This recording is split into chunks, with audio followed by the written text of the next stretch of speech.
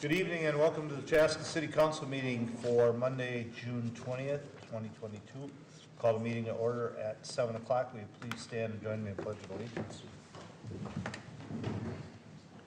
I pledge allegiance to the flag of the United States of America and to the republic for which it stands, one nation, under God, indivisible, with liberty and justice for all. Good evening, everyone. Welcome. A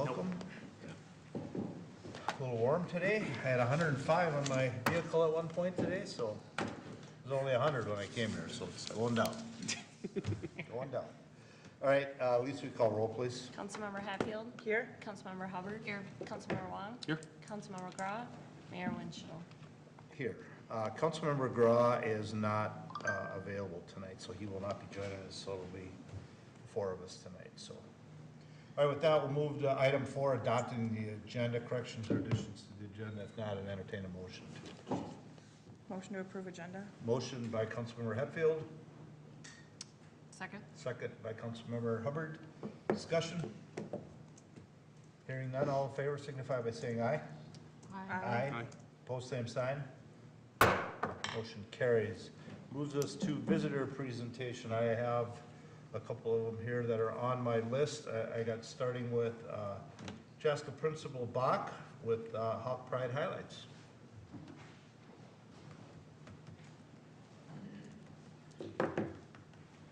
Good evening, sir. Good evening. Thanks for having me here tonight. Absolutely. It's always a pleasure to talk about my favorite subject, and that is Chaska High School. First, just want to thank all of you for your service and commitment to our schools.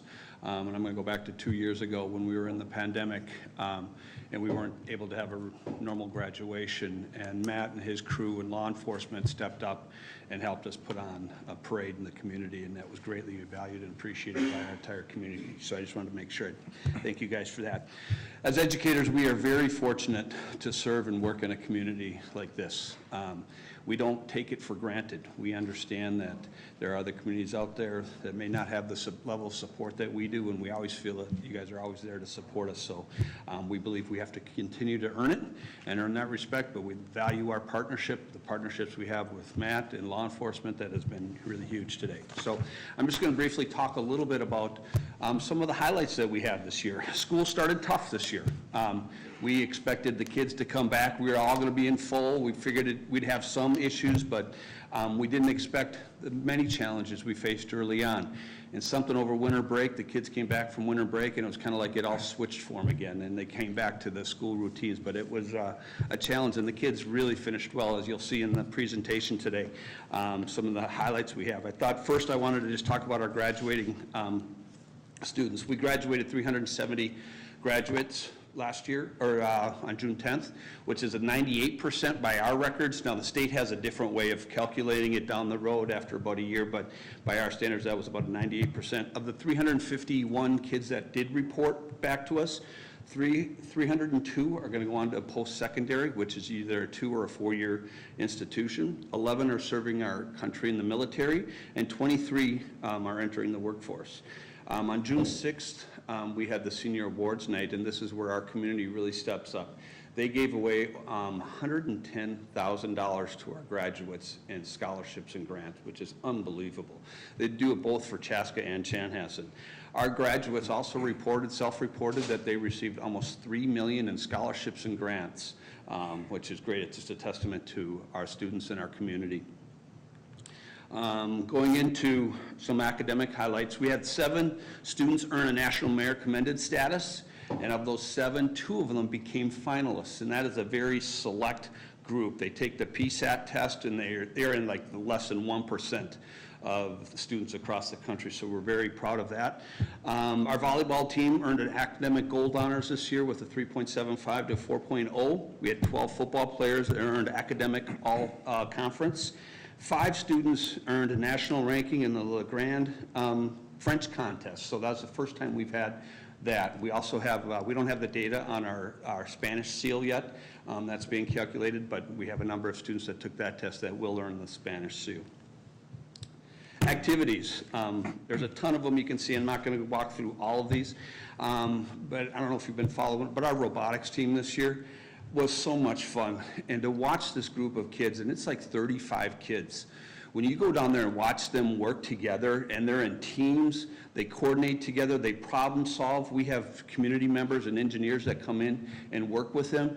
To watch these kids work together and to achieve what they got to do was truly amazing. They got to the World Championship in Houston.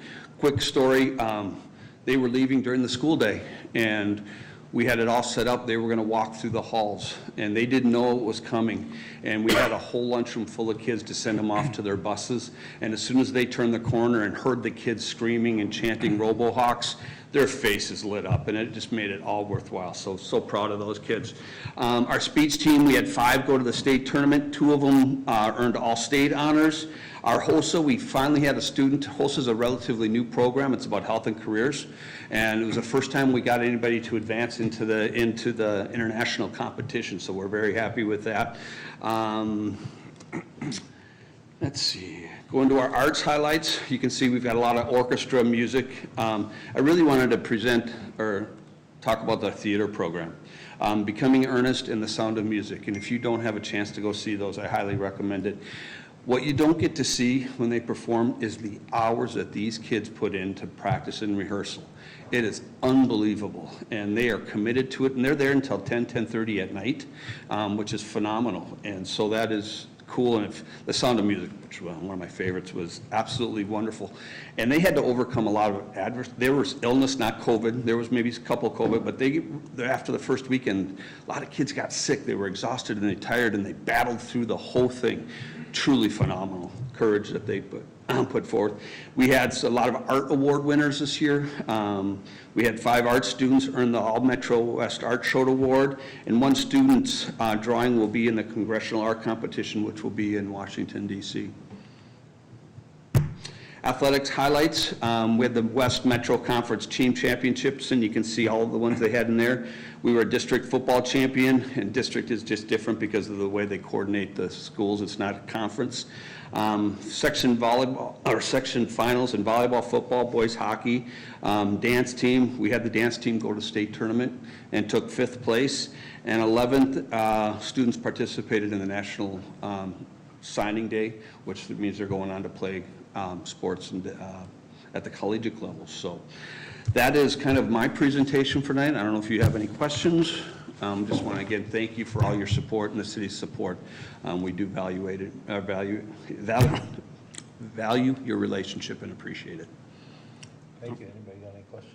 No, seriously, just wanted to thank you, Principal Bach, for coming to spend some time with us, and thank you for, as a parent of a graduating senior, thank you for all that you and the team at Chaska High has done to make a really amazing experience for all of our young people. It's always difficult to look at it from a parent's perspective and see because oftentimes the hardest part about being a parent is to kind of let go of your kids, right? Because it's all the things you can't do, you can't teach them because they have to figure it out on their own, and to prepare them for college and to prepare them that next step is a really, really tough job because they're more likely to listen to you or their peers than to us often. But thank you to you and everyone there for all that you guys do, because I know that you're not just invested professionally, but personally in many ways too, because I know that there's so many people, their hearts are so deeply into this because they care so much about our children. So thank you to you and to everyone there for caring about your kids, or caring about our kids almost as much as we do. Yeah, thank you. Yeah, I live in the community as well, and my kids didn't listen to me either. I was not the principal at home. I was told that many times, but it's good. But yeah, it was these kids have gone through a lot. This pandemic was hard on them, and they really showed a lot of courage and strength to come through it. Yeah, so if you look very at proud of them. over the last few years, what this graduating class has probably gone through, that hopefully nobody ever has to go back through again in the future. But nonetheless, they went through it, and survived it, and and if you look at these numbers, they did a pretty good job. They did really well. Did a pretty good job. That's good. It's exciting. So Yeah, thank you for coming. It's very enjoyable to see the highlights of not only the athletics and the academics, but also the arts. So I just think, high school is a part of exploring those opportunities and being able to thrive in them and see where you want to be, and that next step, whatever it might be. So thank you very much. Thank you. Yeah, like I said, I think it's important to have this relationship. We don't always get this kind of feedback at the end of the year. I think it's great, and we have worked a lot with the schools through the years. We've said it a lot, that a good community has strong schools, and strong schools have good communities, and we have to work hand in hand because it's what makes us both better, so. I would agree. appreciate that. Yep. Love to have you back next year. All right, I'll start preparing All right. stuff. Thank you. Thank you, have a great day. All right, next I have on my list, Tour de Tonkin. I don't have a name, sorry. Oh, that's okay. Good evening, Mr. Mayor, council members. My name is Jenny Bedurka. I work with Minnetonka Community Education, and I am back again this year to talk about Tour de Tonka, which is coming up on August 6th. So thank you for having me here, and I'm excited to tell you about this great event that'll be coming again through your community. We have 6 ride distances for participants this year. So 16 is the shortest distance, with 100 being the longest. So really varying age groups and ability levels that participate in this event. All are welcome. Oh, I'm going the wrong way, sorry. Okay, a few just kind of interesting numbers about the event. So 17, it's our 17th annual event. We have 62 legacy riders. These are people who've participated in all 16 of our rides throughout the years. 3,373 is our total participant count over 16 years. 295 are miles end-to-end of road and trail that we'll cover during the event this year. And 44 states have been represented in participation in the event through those 16 years. Oh, my trivia might be giving itself away, but the question is, what is a great song that you'll hear at Tour de Tonka? So it's Brown Eyed Girl. And the other one also has the answer. So an average, how many riders each year since 2014 is 3,225. We have a lot of major sponsors that help support the event. We try to keep it very affordable for participants. And so we want to say a big thank you to all of these sponsors. We have another slide with some additional sponsors as well, but they really help make this event great. If we look at the history of our ridership through the years, based on distances, really quite evenly distributed. And in 2020, we did a virtual event, so we had much smaller participation that particular year. This chart just tracks registration from the day that it opened, so we like to keep all this data and see where things are going. Looks like registration is a little slower than normal this year, but as we get past the 4th of July, we usually see people start turning their calendar, thinking about it, and getting signed up. As I said before, 44 states have been represented, and we added Oklahoma into the mix last year. These are the counties in Minnesota. Those in yellow have participated. So if you know anyone who lives in these counties that are in white, encourage them to come on over and participate in Tour de Tonka. We also track the top communities by participation. So Minnetonka is #1, and I don't think Chaska is on the list of top 10. But we have been coming through Chaska since 2007 for this event. We have a rest stop, I'm blanking on the name, but right between the high school and Pioneer Ridge. Yes, Pioneer Park, thank you very much. So that's a great fun rest stop. It's kind of towards the end of the event for riders, so sometimes it's hard to get them back on their bikes and get them going because they just want to hang out and have fun. But if you're around on August 6th, definitely stop by there and see the fun that's happening. We do support the ICA food shelf in our community through participation in this event. So last year we raised $7,918, and to date we've raised over $90,000 to support the food shelf. A big shout out, we have a lot of local businesses who will donate their time of their bike mechanics for our event. So at each of our rest stops, we have a bike mechanic that helps the riders to repair their bike and be able to keep on going. So we have some great relationships with these different businesses that help support our event. We've got a lot of great Tour de Tonka apparel that we do sell for the event, but you will also get this shirt if you're riding, participating in the event. We also have a volunteer shirt, which looks like this, and we have a lot of volunteer opportunities with Tour de Tonka. We probably have 600 to 700 volunteers that help support the event in various ways. That could be directing traffic on a corner, serving food at a rest stop, helping with registration at the event. So lots of different opportunities for different time frames. So if you're interested in that, just visit our website, tourdetonka.org. There's a easy link. You can fill out your information, and our team will get in touch with you about opportunities. So this map just sort of overlays all 6 of the rides as they go through the community. And you can see the Chaska rest stop right here. A few quotes from riders. And just a big thank you to you for continuing to allow us to be part of your community, to be part of our event. We appreciate your support, and we hope that we'll see you on August 6th. I'm happy to answer any questions you might have. Questions? No, you haven't had good weather the last couple of years, have you? No, we have not. Last year we had a delayed start, so I think we started about an hour and a half to 2 hours late. It was pouring in the morning and storming, so we decided to delay. A few years back, we did have a cancellation. So yeah, we were able to ride last year, a little bit delayed, and definitely a lot less people came out because of the weather. So Well, we're hoping a good weather this year. Not a day like today, though. Yes, exactly. Get the heat out of the way and not a rainy day, so, yeah. Anyone else? All right. All right, thank you so much. I appreciate it. Have a good evening. Anyone else under visitor presentation? Doug, did you want to? I'll just briefly say Well, you got to come on up and say your name and right? please. Hold on one Yeah. second. Have to comb my hair.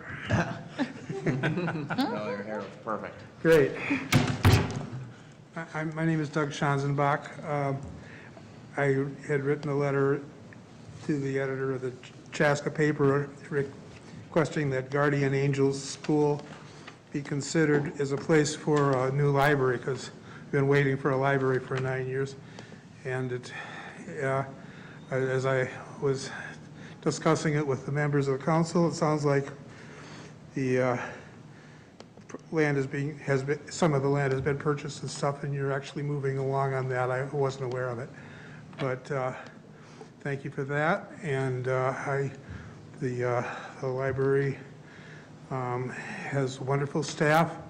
I believe they could make use of that space in a good way. And there's a wonderful children's program, and we're I think that there's more media and things that could be used and things. So I won't say a whole lot more. I just I guess I'll say thank you in that case. No, and that's fine. I think if you're going to start hearing a lot of conversations about a lot of work that we have to do on buildings, Yeah. and the library is part of this project. So you're going to hear a lot more things of what's happening and where we're going with that. And that's, we haven't said a whole lot about the property that we've acquired. I mean, we've just, Right. one we knew that we were purchasing, the other one just came by happenstance, and that's when we opted to look at a different route for to go with the library. And so you'll see more at the Fire and Ice, River City Days. Our booths will all be focused on those items. So hopefully more good things to come as we move forward. It's a big project that we're going through, and we're kind of doing some of the things that we got to get done first, and then, but the library is in with that project. All right. Thank you. So, thanks, Doug, appreciate it. Thank you, Doug. Is there anyone else on our visitor presentation that's not an agenda item at this point? All right, we will move forward then, and we will approve the previous Meeting minutes, and we have a bunch tonight. We have May 2nd, May 16th, and June 6th approving. If there are no corrections and additions, I would entertain a motion to approve previous meeting minutes. So moved. Motion by Councilmember Hubbard, Second. second by Councilmember Hatfield. Discussion. Hearing none, all in favor signify by saying aye. Aye. Post same sign. Motion carries. Moves us on to consented agenda item, and we have quite a few of them. Consent agenda items are items that we need to approve, but don't always have conversations on every one of them, but any and all can be brought forward if need be. With that, is there anyone or anybody that's got anything with a consent agenda item? I did want to bring up just one thing real quickly, especially since we have a owner of Pondview addition here. So as part of the whole Costco project, one of the things that's come up as a desire for the building owners up north of the Costco site to have safety improvements put on the road. We were able to last week both meet with MnDOT and then also work with the property owners as well to come up with what I think everybody is saying is a preferred solution to go to a 3/4 access there. So basically, it would eliminate the left out going north and would allow a left in going into the site, but it's a protected left turn lane and then right in and right out.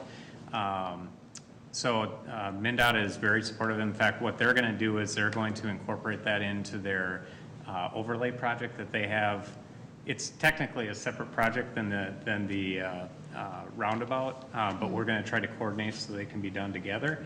The last piece of it that we sort of left that we have to work out is how we maintain access to the properties during construction, and we're looking at, and I think we're coming up with potential ways to be able to maintain at least local access there. So just wanted to make sure to point that out since there was an audience member here. Well, that's great. I'm glad that you guys were able to sit down and work those details out. I think that's real important just to have taken that time to sit down and come up with that. And that's great. And it sounds like everyone is coming out with a positive note on it. So thank you for that. Anyone else up here have anything? I don't have a question. I noticed the appointment of election judges was on here, so I just wanted to take a minute to thank something like over 60 people that make election day happen in Chaska. And I'm always really grateful to see that long list of people that are willing to spend a long time on election day to make sure people can vote. So thank you to those that we're appointing tonight. Thank you. That is a very valid point. They kind of get overlooked, and I tell you what, our elections have generally in this city, they've always been very smooth. We've got some great judges that do a wonderful job, and I know do we still need more, like for backups and things like that? Or? Typically, we need to get people for balance. You know, that you have to have an equal balance in party. So we probably are going to continue to look for judges. So there is an opportunity if people still want to become a judge that they can still do that. So, and who would they contact here with us? Denise Beebe. Denise, okay. Yep. And just call the So general Denise, line. our city clerk, would be the person that you'd want to contact. So, but very valid point. Thanks for bringing that forward. All right, anyone else? Just one thing. So Brian Dahlke's resigned as the chair of planning commission because he is moving to his new lakefront home. So I just want to congratulate. Lucky him. Yeah, lucky him. So I just wanted to, because I served with Chair Dahlke for a number of years on the planning commission, just wanted to give him a shout out to thank him for all his years of service to the planning commission and all of his good work. And certainly, on a personal note, it's been a pleasure to serve with him on the commission and to, be able to provide that feedback and guidance to all those projects over the years. And seriously, best of luck, and I think we'll still see him around town. Okay, his son still lives here, and he's going to stay on the line, so, Yep. because he's only about an hour away, so Yep. that's a good thing. But, yeah, he's had a lot of projects that they put out in the last, probably more in the last year than have in quite a few years, so, and he's done a great job of balancing all of that new growth, and always something that has a challenge with it, so. I too thank Brian for all his what was he, 8.5 years, I think, 8.5, yep, as planning, and the last 4 as chair? I think so, 3? yeah. 4? That's since I've been here. Yeah. Yeah, so. All right, anyone else? All right, I'd entertain a motion to approve consent. So moved. Motion by Councilmember Hubbard, Second? second by Councilmember Wong. Discussion? Hearing none, all in favor signify by saying aye. Aye. Opposed, same sign. Motion passes. All right, moves us on to item 8A, adopt resolution 2022-76, approve a concept plan for Block 42 in downtown Chaska. Mayor, Councilmember, the item in front of you tonight is a plan to look at how to utilize specifically the old Guardian Angels School that recently became vacant last year, but also looking at how to reuse the entire block there.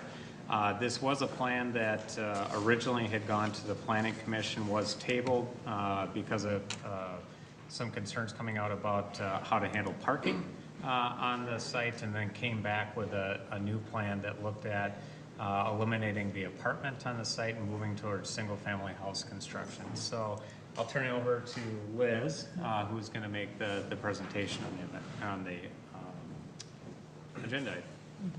Thank you, Matt. Thank you, members of the council, Mr. Mayor. We have a concept plan in front of us this evening for the Guardian Angels block, also known as Block 42. This is being proposed by Community Asset Development Group, partnered with Carver County CDA. So when we talk about Block 42, we're talking about the block that's highlighted in blue here. It's located on the west half of downtown Chaska, so west of Highway 41. It is the site directly south of the Guardian Angels Church. There are a couple property owners within this block, but Guardian Angels does hold the majority of the ownership through the block, with owning the western half as well as portions of the southeastern half of the block. The other northeasterly portion is owned by 2 private individuals, as well as a home that's owned by Guardian Angels. And there is an alleyway that exists today, and that dissects the property from north to south, connecting into First Street West and 2nd Street West to the north there. So we're at the first step in the process, 2 more steps to go if this moves forward. All of them require Planning Commission and City Council review. So like Matt mentioned, this did come through initially with the May 11th Planning Commission, and at that time they did decide to table the item to work on a few things, and those pertain to the overall parking for the residential uses on the site. There was also comments towards working on the scale and design of the new buildings that were being proposed, and how they fit into the existing context as well as the existing buildings on the block. There was also advisement to further refine the gym user and use of the gym addition, as well as the developer to work on setting up another neighborhood meeting with the affected property owners. So a couple of things that they've changed since their May 11th review, and what they brought forward in the June Planning Commission, what you're seeing this evening, was they did revise the residential uses so that all of the residential uses do meet parking on site, so if they're not relying on on-street parking to support those uses. The biggest change was they did remove the 44-unit apartment building as well as the 7-unit townhome building that was proposed on the eastern half of the block, and I'll show a visual of that later on here.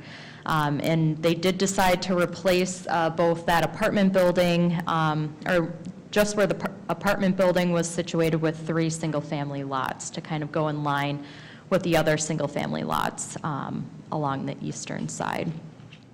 They also provided more information on the gym user for the gym addition space, and they've defined 3 purposes as well as 3 potential end users that could own that portion of the property.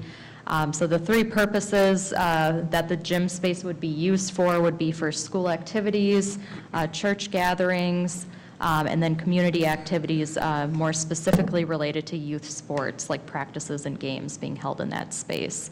And then the three priority users they've identified has been Guardian Angels Church, Chaska Junior Olympic Volleyball, and Chaska Youth Basketball Association. So as they prepare for a preliminary application, the end user or owner of the space will be identified at that time. And then the developer did hold another neighborhood meeting on Thursday, June 2nd, to go over their updated plan with the surrounding properties. So when we talk about a comparison, we have the initial or original concept plan on the left-hand side and the proposed and current concept plan on the right-hand side. So again, really the changes occurred on the eastern half of the block where the 7-unit townhomes were situated and the 44-unit apartment building. So the 7 townhomes have been eliminated. The existing 3 detached single-family properties remain intact with this newer plan, and then the southeasterly side has changed to 3 single-family lots. Otherwise, the other uses that they proposed in the original concept plan still hold or are maintained in this newest and current concept plan. So getting into some of the background of the site and historic significance, the school and the convent building, and when we talk about that, we're talking about the school and the connected office convent building. Those 2 pieces on the property are historically designated due to the fact that they were built long ago. The school was built in 1913, and the convent building was added in 1916. They're both built from red brick masonry, so in contrast to the church directly across the street, which is Chaska brick, but they still have a lot of the same masonry details that you see across the street. Historically, the school and the convent building have been utilized as such throughout the years of its existence. The convent building was also used as offices for the church and will continue that same use with this concept plan. The school, again, that was the primary and only use of the school building until they closed their doors in 2021. So now they're looking at how they can revitalize and reuse that historic building. And just noting the original neighborhood meeting that the developer had on May 6th of 2022, just for reference. So what they're specifically asking for in this concept plan is 4 separate pieces of the puzzle here. The first one would be to redevelop the school building into 22 rental apartment units while preserving the building's exterior and footprint. That portion of the plan is being proposed by Carver County CDA. Again, that piece of the project is locally designated, so there is priority there to preserve the building. The second part of the request is to also preserve the convent building for office and storage use. That piece is also being proposed by Carver County CDA. The third part is to utilize the gym as a community gathering space owned either by a governmental entity or a community nonprofit. So the 3 users that I identified a little bit earlier has yet to be fully defined in terms of who would be the end owner of the property. But there will still be a level of shared usage between varying organizations, but the ultimate end user has yet to be identified. And then the last piece of the request would be to redevelop the southeast portion of the block, which is the existing schoolyard space, and develop those into 3 single-family lots. And that would be proposed by Community Asset Development Group. In terms of our zoning and how the comprehensive plan guides the site, the current zoning out there for the entire block is R2, which is our medium-density residence zoning district. And then the comprehensive plan guides this area, and when I say area, the whole block, as public, semi-public use, and medium-density residential. So the public, semi-public use is really over where the school currently sat and used on the block. So the full western side as well as the southeastern side was guided for that public, semi-public use. And then the remainder is guided as that medium-density residential. And really those guiding uses are based on the fact that the school use would be staying there forever. However, as history has shown us with the school leaving, there is a question on how that area does get guided for the future, now that there's a priority there to preserve the building and get a productive user back into the building. So there will be some analysis that needs to be done with the comprehensive plan and how it gets guided for this block in order for it to accommodate a new use into that block and building.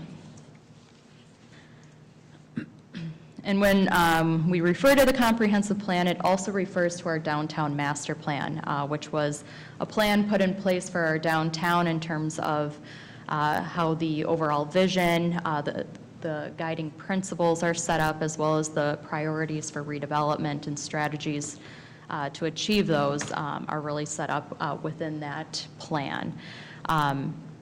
So we did take some excerpts from the downtown master plan, since it is a big overall guiding document for this specific area.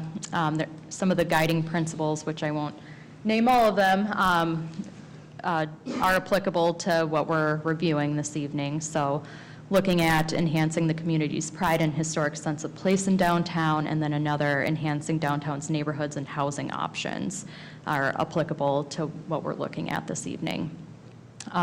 Related to both of those, the proposal that's in front of us does seek to preserve the historic resources that are on our site, which goes into that guiding principle for number 1. And then with number 6, in providing housing options within downtown, the proposal to add another housing option on the block for apartment use would also be able to provide another housing option within downtown, where a lot of the apartment and multifamily use really centers around senior living. This would give a market rate option for people in downtown. In terms of existing conditions, the total block is 2 acres total. Again, there's an alleyway that dissects the middle of the block between 2nd Street West and 1st Street West. So there is a level of maintenance to that alleyway. With the 4 different uses that I spelled out a little bit earlier, the way they break up again is the 22-unit apartment use would be situated in the blue of the school building, as noted on this plan. The parking for this, as we noted before, there was advisement to work on parking everything on site to accommodate the residential uses. So they do provide 32 parking spaces on site to meet the ratio requirement for 22 units that also has 32 bedrooms within it, which we've used that ratio before to have a 1 parking stall per bedroom unit within an apartment building, and we've seen that done in other apartment projects in the city, like Lake Jonathan Flats, and it's successfully been implemented there. So they do meet the parking requirement on site with the internal parking situated adjacent to the school, and then they have 12 additional spaces that would come directly off the alleyway. The convent building, which would be used as office, as it currently is being used, is in the turquoise color here. The parking for this building currently exists on-street, and that's what they would be proposing moving forward with this portion of the plan. This building would require a total of 9 parking spaces, and they could easily meet that on the street in front of the building, which again is consistent with what they do today with that use. So Liz, is that going to be used by the church, or is that going to be rented out as office space? Right now, Carver County CDA would have control over that, and there might, that might kind of tie in with their apartment use, is kind of what we're hearing right now. We haven't heard that it could be leased out, although I'll let the developer and applicant kind of fully confirm that. But one level would be used for the office space, and then the upper level would be used for storage, which would tie into the apartment user. And then with the gym space in addition, when we talk about that, it's everything highlighted in beige here on the southwest side. Again, the use for this space is pretty consistent with how they use it today. They do use it for a variety of functions, mainly that the church uses for some of their dinner nights, as well as renting it out to other sporting agencies. So again, the use isn't necessarily changing. However, the end property owner could very well change with this plan. So it's understanding kind of the overall programming of the space, who's going to be owning it, how many organizations are going to be programmed within this building over week times. So that further needs to get refined, but they have spelled out 3 different types of uses and 3 different types of users that could occupy this space. So as we venture into preliminary, we'll want more details in terms of how that all works. They are providing an additional 10 spaces on site to help with some of the parking need of the gym space. So again, this portion of the site today relies on on-street parking, so adding 10 spaces would certainly help. I think from our understanding, as we move forward, we'll want further refinement around the gym space to really understand the parking proponent with it. And then kind of tying into the office and the gym users, there are portions of our code within downtown as we look at office and retail or even institutional type uses. There is a reduction in the amount of parking that's typically required for these types of uses. Just with the urban fabric of downtown, you do get the unique compact development within downtown. So these types of uses do rely heavily on on-street parking. So we wouldn't look at this really any different to how they're situated today and how they will maintain that moving forward. And then the last piece are the 3 single-family lots and homes on the southeast portion of the site. Again, this is where the existing schoolyard is, so they're proposing to convert that into some smaller lot detached single-family. All of these lots show parking that can be met on each of these sites with a detached garage, being able to provide 2 stalls for each of these single-family homes. So that would meet the zoning requirements for parking on that site. There are specific setbacks and lot sizes within the R2 zoning district that do need to be met, that they are proposing to deviate from. The setbacks are listed here. There is a front yard setback of 20 feet, a side yard of 5 feet. If it's a corner side, it requires 20 feet, and a rear yard of 25 feet for the principal building. So I think moving forward, we'd have to understand kind of the details, more of the details surrounding these single-family lots, how they meet or don't meet our R2 zoning standards and the reasoning for such. So there will be more discussion and analysis needed moving forward. Access into the site, again, will be from the existing alleyway. The one change here is that the alleyway would be realigned on the south side so that it can accommodate those 10 additional stalls for the gym, but otherwise we'll still provide that north to south movement through the site. With that and having parking added, screening will be a big piece of analysis moving forward.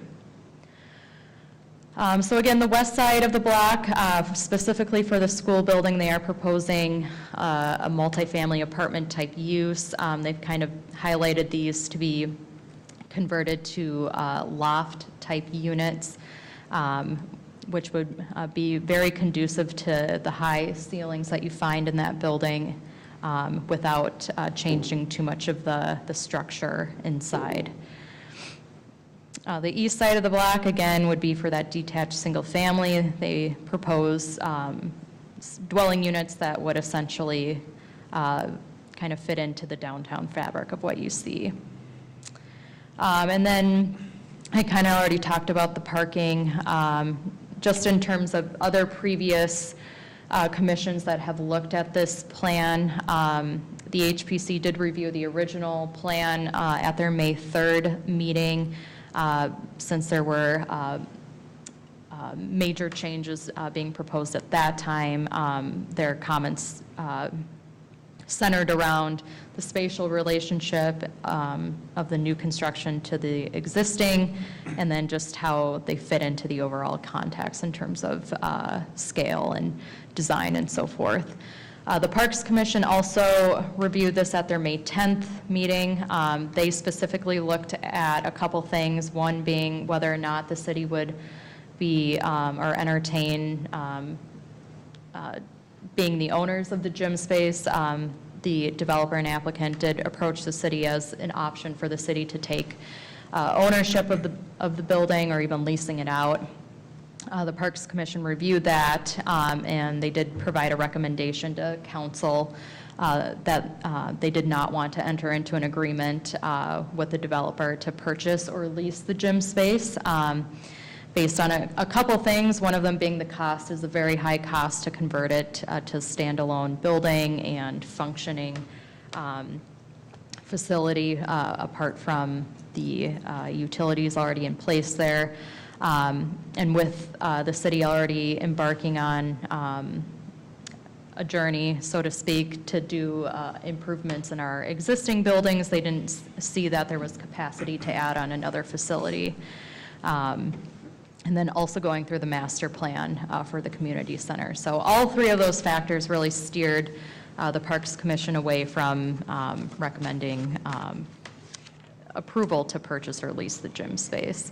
They also did look at this in terms of the comp plan does highlight kind of the general area as a park search and expansion area in and around Block 42. So they also reviewed it for, is this a potential spot for an expansion area for park space within the west side of downtown. However, they advised to look at a different option, specifically at expanding the Hickory Park location, which is just southwest of this block, and determined that that would be a better option to explore. So a couple of things just to recap what they need to work on moving into preliminary. The gym building and use needs to be further refined and specifically called out in terms of who the end user or property owner of that space would be. Further evaluate the parking provisions for both the office and gym use. Looking at the zoning specifically for the single-family lots in terms of setbacks and lot sizes that are being proposed. And then with the apartment side, they'll have to work on the usable open space for that use, screening the parking from adjacent residential uses on the block and in and around the site, and then working on the comprehensive plans guidance for the site and how that needs to change if this plan moves forward. So with that, we're asking you to make a motion to adopt resolution number 2022-76, which was approving the concept plan for Block 42, or the Guardian Angels School and Convent site, and then based on the conditions that are listed within that resolution. Happy to answer any questions. We do have the development team in the audience as well. Do we specifically know yet, I know it's concept, so we maybe don't, which, like, at what point in those 3 single-family homes, they're not meeting setbacks, or is it too early to say? Well, I think we can say right now they're not, just based on how they're laid out, but we don't have the lot lines really delineated at this point to know what the deviation is. Okay, Typically, that'd come in the preliminary Yep. stage. okay, that's what I was thinking, but just wanted to see if we had any thoughts. Okay. Would they be owner occupied or are they rental? Owner occupied is what they've called them out for.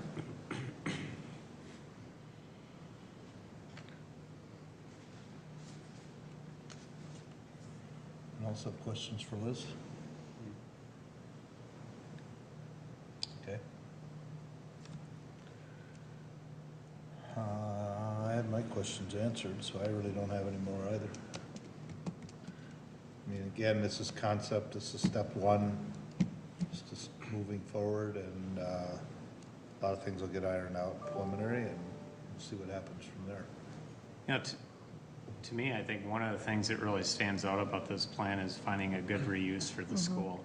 I mean, that's a obviously institution within the downtown, and to find some kind of reuse for it that, you know, can improve it and then, you know, preserve it going into the future, I think makes this a really unique plan. Yeah, I agree. I think that's what stands out to me, is that it's so nice to be able to reuse a building, historical or not, rather than tearing it down and trying to put something else up. I think that'll be really nice usage. I'm a little jealous. I think it looks really cool, those, the units that are gonna go in, to the old school area. And I think it's nice to add density downtown, more bodies moving around down there. And I think it fits well. I'm excited to see preliminary come back, and I'd like to see kind of how we're going to move snow around on all those parking spaces. So just being aware of that we're already short and where snow will go, but I'm sure that'll come next, so.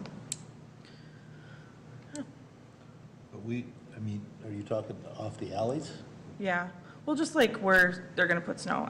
We always talk about that. It Yeah. just seems like there's not a lot of parking. I think the parking is going to be for the most part fine, just based on what's here, but it'd be nice to see, to make sure that there's, right now with this school and church, you kind of know the hours that those parking spaces are going to be used. And with people living there, it's more. With this living, none of the parking is considered to be used on Cedar Street, right? For the what piece? For the parking, none of that's considered as part of their needed parking, Not how they have it defined, no. For the residential. project as a whole. Residential. Well, it's all residential. Well, really. but the gym and the I'm office just, space. I'm You're just talking about overnight the- parking for as far as snow maintenance and things like that. That's the part I'm thinking. I just want to make sure that we're not using any of those streets. The goal has been for the residential to park on site. We've acknowledged that the other uses like the office and the gym will need to be using some street parking, but that doesn't generate overnight parking, so. Right, That's the and that's, like I said, that's the way it is now, and it's not an issue. But I just worried about once that the school is converted to residential, that they weren't relying on Cedar Street as parking for that. I mean, I know Yeah, there's, that's why the applicant's proposing to add that parking in the alleyway, right. which then gives the parking, there's a portion of parking that's kind of today, it's paved, but it's It's sort of informal. implied. Yeah, Right. sort of It's, informal. yep, They're and gonna that's the way it's formalize been that, used. and then they'll add some parking along the alleyway that contributes to the residential component. And I think as the CDA moves forward, I think we're gonna have to be clear about winter parking there. Because I know people will park there, just for convenience of how they enter it. But we gotta be careful of just maintaining the fact that we don't want cars there overnight. snow events. Okay. Anything else? I think my only concern, and I know it's still early and still listening, and it's a 22 unit. It's just the removal of the playground and then, you know, where the nearest parks are and just and Liz had touched on it, just the open space aspect of it, but it sounds like it's early and it's still being talked And about. that's so- one of the things that was brought up is how do you create some usable open space there? Yeah, so, And Winkle Park is like right down. yeah, it's down the Yeah. street, yeah, no, I know, there are some general parks in the area, so it's not a huge concern of mine, but that's just something that kind of drew my attention with the removal of the school playground, so. All right, it's pleasures. Somebody want to make a? Well, I do have a Go ahead. question for the builder or you had a neighborhood meeting on June 2nd, correct? Dave? I think she's asking. Oh, you had a neighborhood meeting on the 2nd, correct, of June? Yes. How was that received? I didn't see anything in the notes. Dave Picorni of the Community Asset Development Group. Well, very well. I mean, the issue that the neighbors had through the Planning Commission review process, I think I'm going to paraphrase what the majority were very supportive of preserving the school and the buildings. They didn't like the 4-story apartment building. And so when we took that out, I think they were very happy with what was going back in. Great. There weren't any continuing concerns or anything like that? Well, we spent an hour and a half talking about it, but I don't know if they were concerns. Let's see. I think there was questions on exactly what the users of the gym would be. I don't want to get into the details because we're still finalizing those agreements, but I can just tell you, I think we're going to end up with agreements as it relates to the gym that will be very consistent with what's been happening there for years. And one of the things we're trying to do is end up with a way that the church, by the way, the school won't be using the gym. School's going to be gone. You said that was one of the users. Well, maybe I meant church then. But the school, the church, we're trying to work through where the church can have access into it for their Friday fish fries, beef and, those kind of things that they've done. And I'd say I'm optimistic that that's all going to come together. So there were questions about that. There were questions about what rental rates would be. Rents will be below market, below the $1,800 that we're seeing as the market. We're seeing the rents in the $1,200, maybe $1,150 to $1,350 kind of numbers. And, to be frank, the concept plan piece is the easy part in this project. We're in the hard part now. We're figuring out how do we actually convert these units to meet today's market, today's code, and still be economically viable. I can tell you from a developer standpoint, it'd be a lot easier to tear it all down and start over. We would know all those numbers. So that's really our next challenge, is to figure those out. Great. Thank you so much for the recap. Yeah.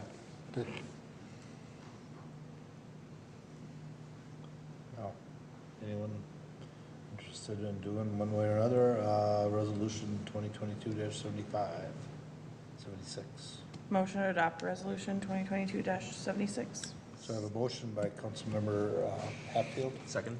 Second by Councilmember McGraw, again adopting resolution 2022-76, approving concept plan for block 42. It's Wong, not Graw. Huh? Is it Graw? Oh, Wong, sorry. I don't know how to, didn't even know I said it, sorry. I didn't know. Did you hear it? I didn't hear it. I didn't either. Sorry. So it's a motion by Hatfield, second by Wong. All right, further discussion? Hearing none, all in favor signify by saying aye. Aye. Pose same sign. Motion carries. All right, we move to 8B, adopt resolution 2022-78, approve final site building plan and variance for Clover Ridge Apartments. Mayor, Councilmember, this is an item coming back to you from the Planning Commission recommending approval. This is the final site and building plan for the Clover Ridge Apartments, which are proposed to be located at the northwest intersection of the Twin City and Western Rail Road and in Clover Ridge Drive. So north, in the north part of the Clover Ridge neighborhood. The apartment seeking approval, final approval is a 119-unit apartment developed on about 6 acres and was rezoned as part of the action during the preliminary plat. So this is more the details of the plan itself. So I'll turn it over to Liz, who can present it. Thank you, Matt. Thank you, members of the council and Mr. Mayor. We have a final site and building plan, final plat, and variance request this evening for Clover Ridge Apartments being proposed by AV Development. So we're at the final step in the process here of a 3-step process, getting through those last and final requests. The site, as Matt mentioned, is immediately north of the Twin Cities and Western Railroad, immediately west of Clover Ridge Drive, south of Pioneer Trail. You have Pioneer Vista, a multifamily development just to the north and east of the property, and then Clover Ridge is to the south here. So in terms of previous approvals, it was back in December of 2021 that the concept plan was approved. Then in April of 2022, the preliminary site and building plan, preliminary plat, and rezoning were approved for the site. There was a condition of approval that was tacked on to that preliminary approval to further work on the overall design of the building so that it could really fit into the context of the area. So the developer has made several changes to their building to meet this condition. They did swap out some of the uses of materials, roof lines, and elements to really create a townhouse type look in some of the facets of the building and have that smaller scale in some of those elements. The materials and elements were applied to all 4 sides of the building versus having kind of 2 separate buildings kind of pushed together as one.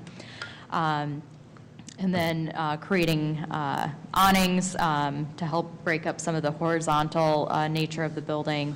And then use of materials. They have selected a brick masonry to match Chaska brick, as well as bring in a cedar material to tie in with existing city and adjacent projects within the community.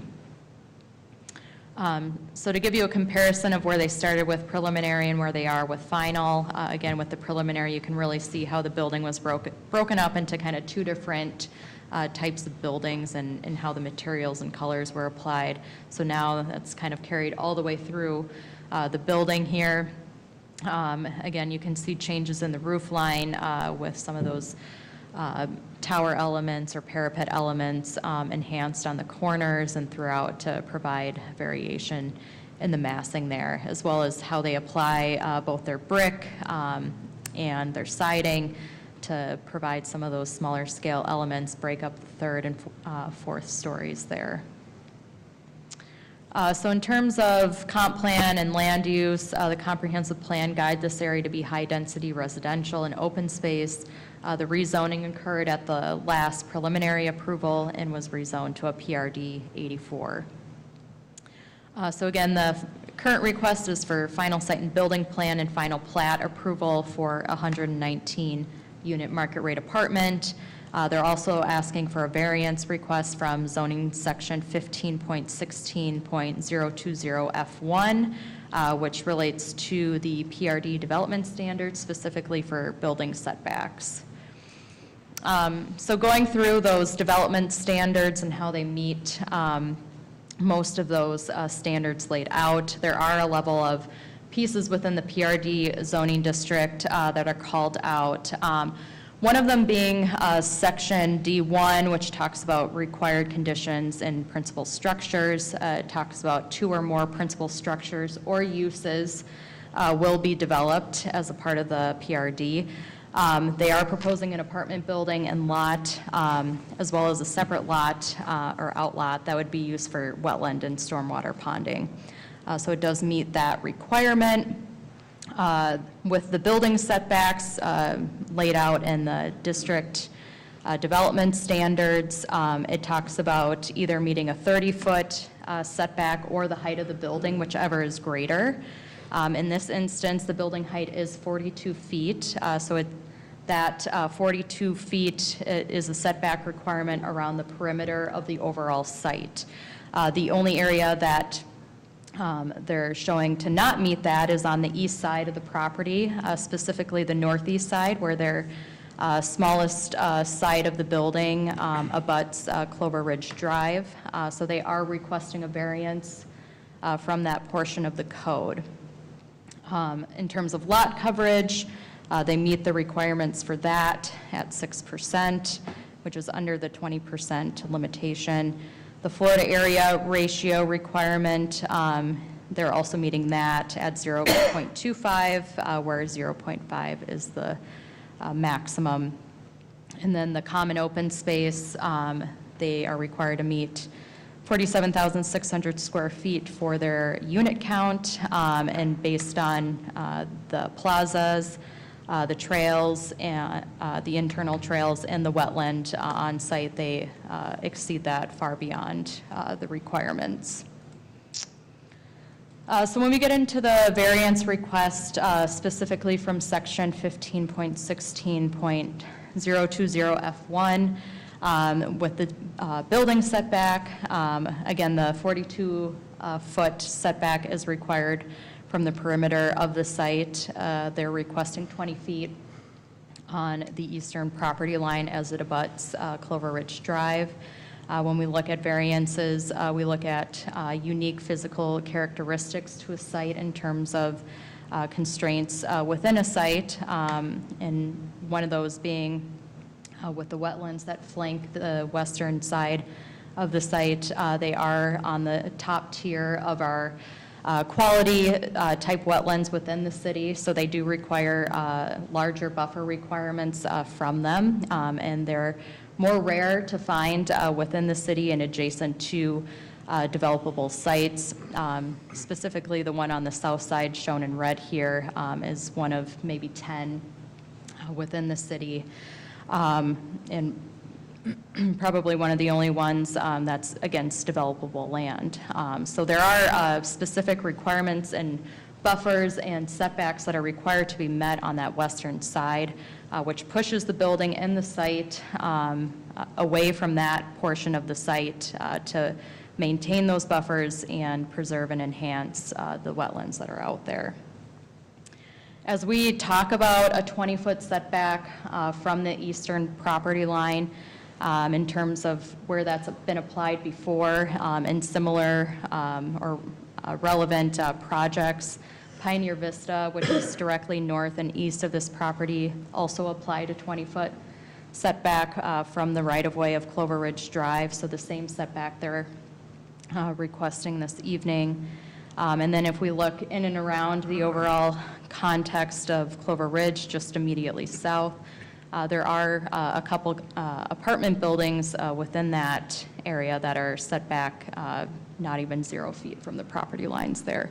So 20 feet is not a request that is atypical for other projects or something that we would consider having negative impacts on the surrounding area. Therefore, we feel that from a staff's position that the variance can be granted. Getting into some of the details of the site and the project itself, the overall site that they're encompassed on is roughly 12 acres in size. Again, there is a wetland complex kind of broken into those top two-tier type wetlands that flank the west side. There are existing stormwater ponds that were constructed with Clover Ridge Drive that are on the northern portion of the site, and those will remain. And then you have the Twin Cities and Western Railroad on the south side there. The site plan, again, is no different than what we saw during the preliminary. The building itself is mainly situated along the north and west sides of the site. It will be 119 units, 4 stories in height. Access will come directly off of Clover Ridge Drive from a sole access. Parking for the site will meet a 1-to-1 ratio for 1 parking stall per bedroom unit within the building, which again, we've applied in other projects, apartment projects within the city, and it has been successfully implemented. So 120 underground stalls or covered stalls will be provided, and then 75 above ground outside stalls will be provided for a total of 195 parking stalls. They do meet our landscape ordinance. They do have several areas for usable open space and amenities for the project. They are proposing an elevated patio space just on kind of the northwest side of the building. This is where people can gather and sit and eat if they'd like. There's a second patio space just to the southeast of where the building corners off. This would be a grilling area as well as a seating area and eating area for people to utilize as well.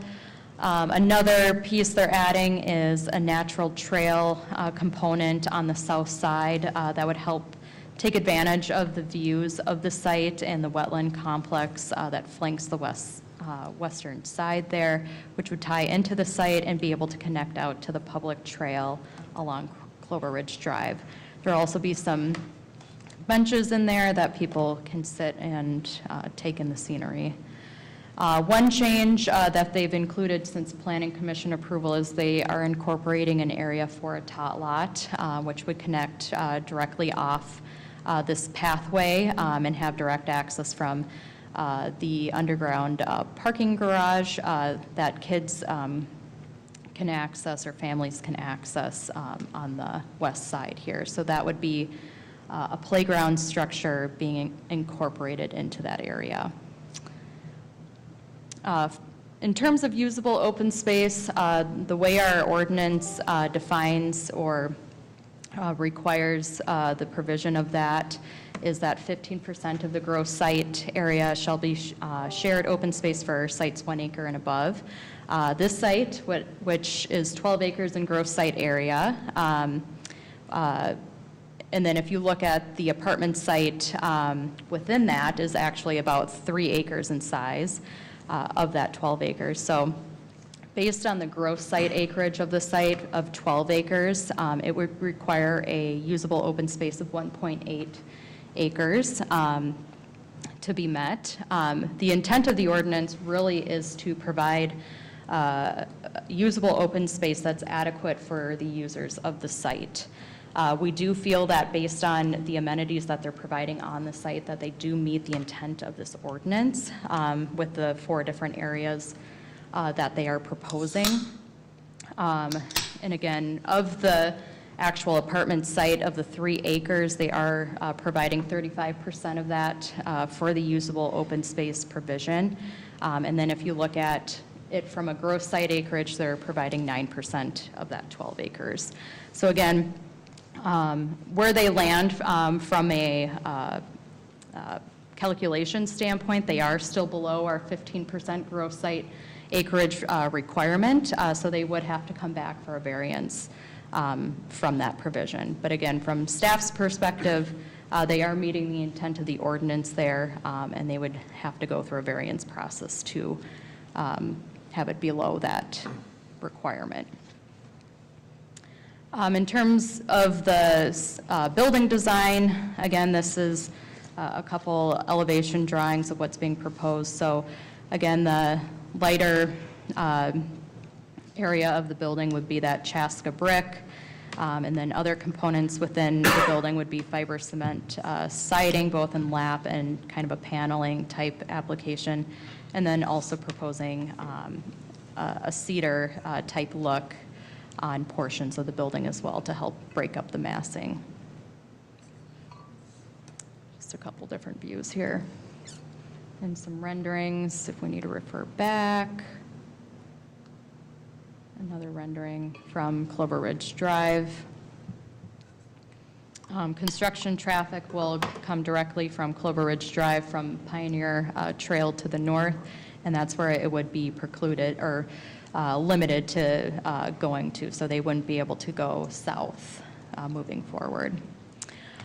So with that, we're asking you to make a motion this evening to adopt resolution number 2022-78. Which would be approving the final site and building plan, final plat, and variance from zoning section 15.16.020F1 from the PRD building setbacks for the Clover Ridge apartment projects, based on the conditions that are listed within that resolution. I'm happy to answer any questions. We do also have the development team in the audience as well. Questions?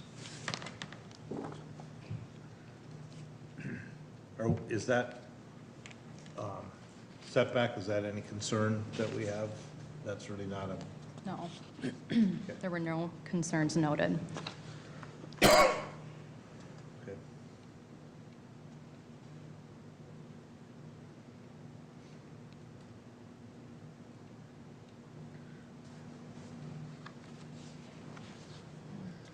No questions, but I appreciate the effort into the building design and hearing your remarks on the tot lot. I think the council wanted that, so the feedback was obviously taken, so I appreciate that. I really don't have any questions either.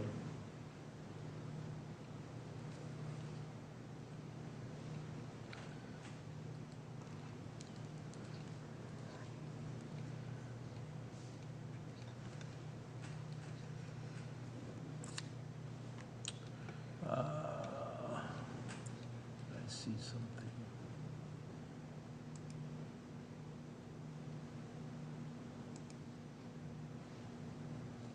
All right, what's your thoughts? Not a question. Excuse me, not a question, but more of a comment.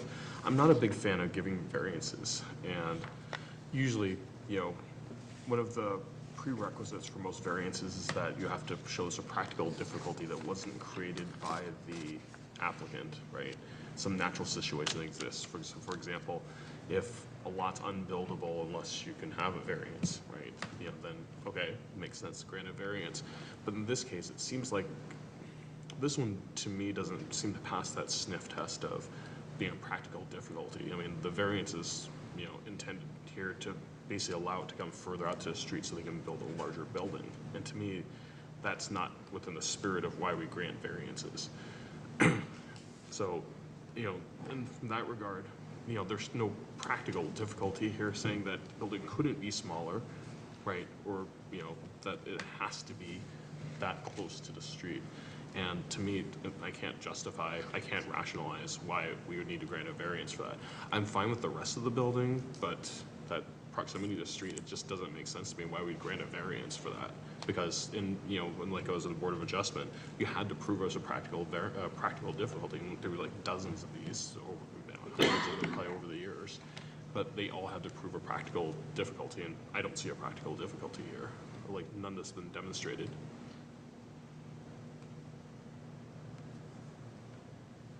So we're looking at 20 feet? Correct. 20-foot setback from the east side, so they'd be deviating 22 feet from the code. So what are you thinking? You might want to hear from the developer about their rationale for it. Okay.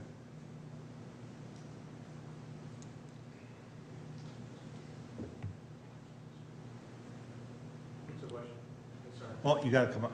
The question, well, go ahead. Yeah, so I think the question is that what's the practical difficulty that requires a variance? Why can the building not be built without this variance? Well, you're talking about 20 feet, but then there's another to the road. There's another, how many feet to the road? 15? 15. So you're really talking about 35 feet from the road, right? And really what's coming in question is it's a 12-acre site, and we're constrained by the wetlands, right? So we have 3 acres to build this site on, right? And we've done our best to design it so that it meets the market demand and what we could build on it, right? If there wasn't a wetland issue, then the plan works, right? Excuse me, I understand what you're saying from so you're saying it's an economics issue, and if that's what I'm hearing from you. It's not an economic issue, it's, you're squeezing a site, right? You're squeezing a 12-acre site into 3 acres. Right. Because of the wetlands, right? And we've looked at it a lot of different ways how to make this work, right? And if you really think about I think it came up last time, what are we talking about here? Why this setback is happening, why this variance is happening is because of the wetlands, right? If it wasn't for the wetlands, we wouldn't have this issue. But what I'm getting at is that the practical difficulty has to prove that the building absolutely has to be in that 20-foot space between where you're asking for the variance and the road. Why does the building physically have to be there? And that's, I mean, if you can justify where there's no other place the building could be, or the building couldn't be cut down or something like that, and it can't be an economic reason, because even under, ordinances and the state's recommendations or guidelines, we can't use economics as a reason for it.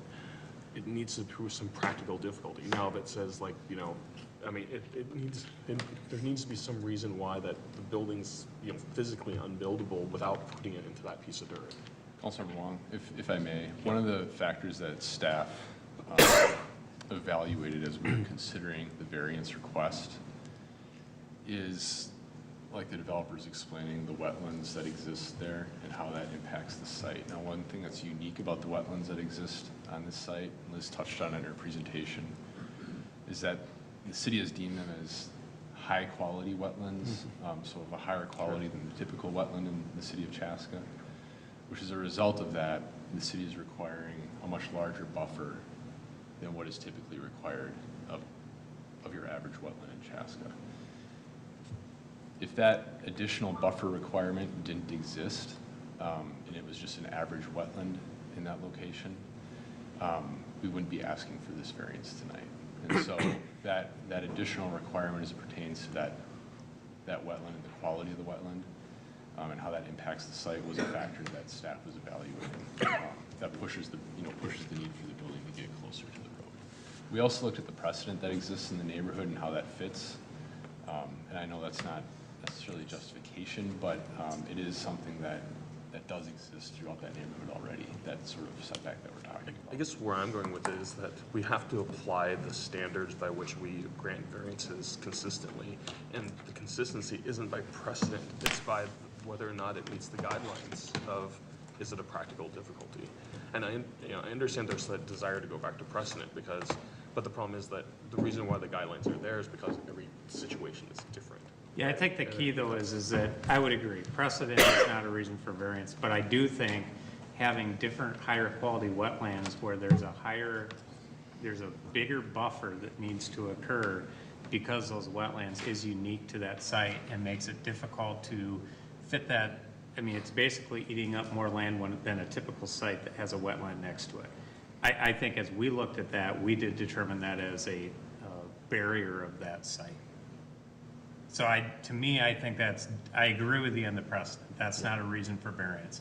Now, there is precedent in the neighborhood, but to me, the precedent or the variance or the circumstances that are different here is that they have a much higher level of buffer that they need to, separation they need to provide from the wetland than you would on a typical site. Now, obviously, variances are open for interpretation, but that's how staff interpret it. See, I guess I look at that as that makes sense to me. as far as the reason for granting the variance, that, because if we didn't, is that, we as a city classify that as a, what, how do you say it, It's a high quality, I'm maybe not using the exact language, but that's the classifications, effectively, it's a higher quality. do we determine that? That's a city determination, yes. I mean, The city's it's determining city what in a priority conjunction is.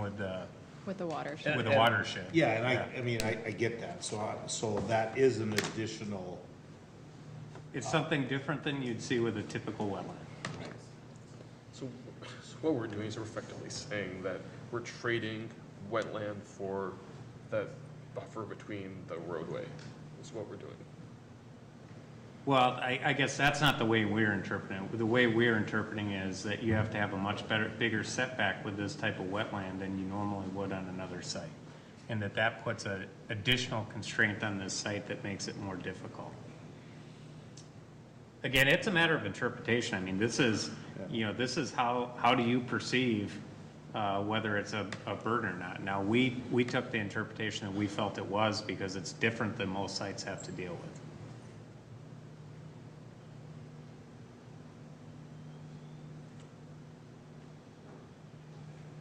I'm not there in that one. Sorry. Okay. It's, for all the cases we looked at, this one I'm having trouble just like getting it to that point. I can understand that. I see though where the wetland could be a burden. I would have more of a concern if it didn't match what was already in the area. Like if it was the only building sitting like that, but there's lots that are just right on the roadway already.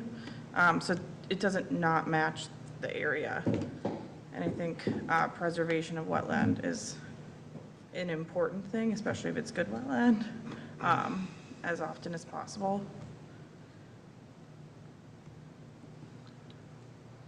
I too understand both sides. I mean, I'm not trying to put words in your mouth, Councilmember Wong, but you're basically saying that, why don't they just make the building smaller, right? Basically. On the land, even with the buffers. But I understand, as far as the value standpoint goes, for what you guys are trying to build, is a tough situation. I also understand that there are constraints in the sense that from the city's perspective with the wetlands. I also understand the constraints of just apartment living and where things are at right now. And the ability to, develop land and make it profitable for the end user, right? I'm listening to both sides. I don't know. I look at the end user with the setback, and I guess, is your concern like safety as far as you're just purely the standpoint of? We're not applying the consistent legal guidelines that were presented. I mean, that's to me, and that's, like what we were obligated under, the Board of Adjustment, it was a legal ruling, so, and that's under Carver County, so, I presume that it's the same set of legal guidelines, and. But it's an interpretation. It's an interpretation of those legal guidelines, but certainly, from my experience with that, this, that's how I would, view it. I guess like the burden of, excuse me, the burden of proof is on the applicant. And I appreciate the economics of it, but unfortunately, the legal guidelines say that it's explicitly that the economics can't be the justification for it. And I know I know why you were trying to build more units, and I appreciate that from an economics perspective because it makes it more viable as a project. But from a purely legal perspective, I can't just get behind that because of it. I'm looking for some physical reason why it needs to exist in that piece of dirt. I guess my only concern, and I guess not even a concern, I don't know how to classify this, is you can go about this two different ways if you're a developer. You could shrink the building down, but then for it to be one floor taller, right? I mean, they'd obviously have to go through the process all over again and probably start back at square one if my assumption's correct. But then what we're running into is a apartment that's 1 story higher. And we're kind of at where we're at with things in order to retain the amount of units that they would want to make it economically viable. I do want to mention, just to help put more facts on the table for the conversation, the need for the variance was discussed at preliminary approval. And so this, this was something that was discussed along with the setback and the reason for it. We didn't get into this level of detail at preliminary. That's why we're having this tonight, but it's not a new topic on the table to have the need for the variance. That was kind of my question, is why didn't it get brought up last time? Yeah. It really, until we got to this point when they said, hey, the variance is in front of us, now it's like, yeah. I think it's just one of those things that now that we're actually really looking at it from that lens, it's like, crap, I mean, we are where we are, but, I think we probably should have talked about the variance more at that point. That's also why there's, 3 steps, right? Yep. I mean, looks like you would like to say something. No, go ahead. I don't really have. I just put my stuff down. No, you're fine. No, you're fine. Yeah, I'm not trying to throw like a monkey wrench in there. I unfortunately am, but I'm sympathetic to what you're trying to do, because housing is important in our community and it's important to be able to provide more inventory. Totally get that. But I'm also trying to make sure I'm applying the law consistently with the standards that are there. I don't have a law degree, but I would assume our attorney has reviewed this. I have not reviewed it, but if you're asking me for input, practical difficulties is a test. Variances are typically granted when dimensional issues are, at play, which is true here. It's got to be reasonable, and the locality fits in because that plays into the test. It can't be inconsistent with the locality, what the result is going to be. So you're talking about 20-foot setback? Yeah. Yeah. And then it is a matter of interpretation, whether or not, you feel that wetlands is what's creating that difficulty as to what would otherwise be a reasonable use, as proposed by the applicant. And we've been clearly saying that wetland is a high quality, so that there's more of a buffer there. So to me, that's I think, falls within our interpretation. I mean, and granted, that's the problem when you start interpreting it. You can look at it differently than how others might feel, And that's intentional. I mean, variances are allowed at the local level so communities can decide for themselves, when they want to grant a variance, subject to the requirements. Mm-hmm.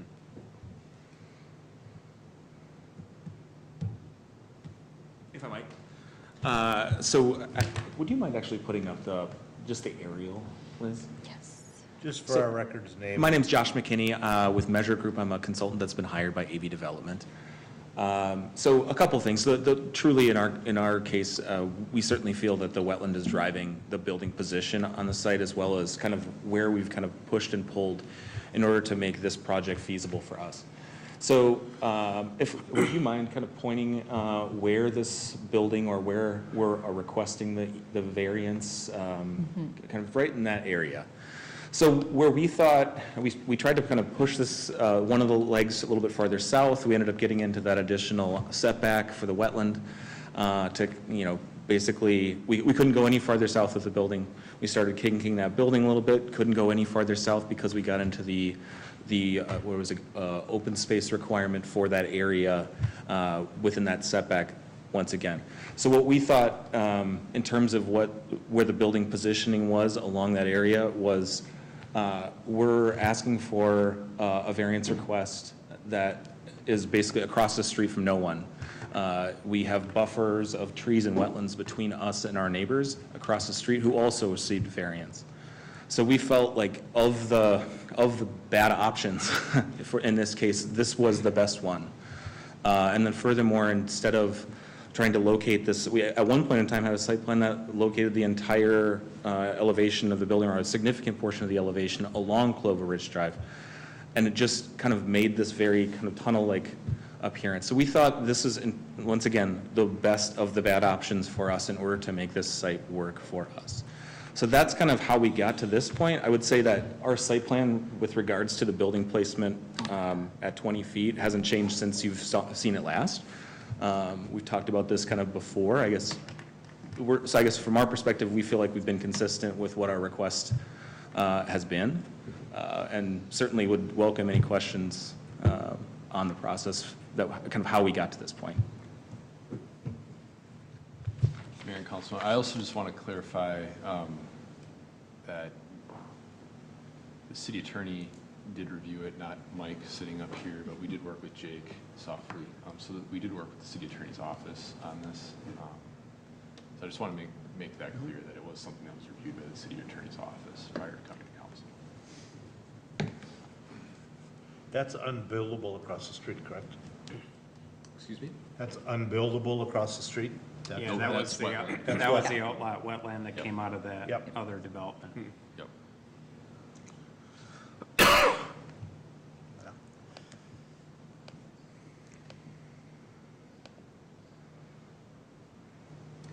I guess I'm approaching this from practical terms, and maybe I'm wrong, but I look at it like, if I understand the, not granting things just based on precedent and showing a hardship. Also look at the idea of economic standpoint and where exactly we're asking for the variance to be. I also think, if we were to say, okay, we're not gonna do this, and they come back, they want it to be a smaller footprint to meet the setback, but then they do want it 1 story higher. I know I'm not trying to weigh out developments against each other, because each development is its own entity and should be reviewed and judged by itself.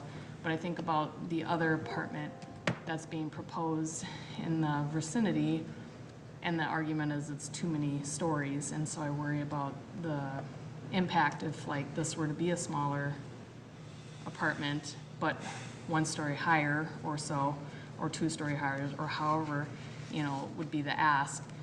That would be, I think, a situational problem that would be not pleasing for the surrounding neighbors as well. I guess I look at the setback and think about in location of where it's at, and safety and things along those standpoints of, what we're talking about, and that's also an apartment building, which will have a lot of neighbors, but, and have foot traffic, and there is car traffic in that area, obviously.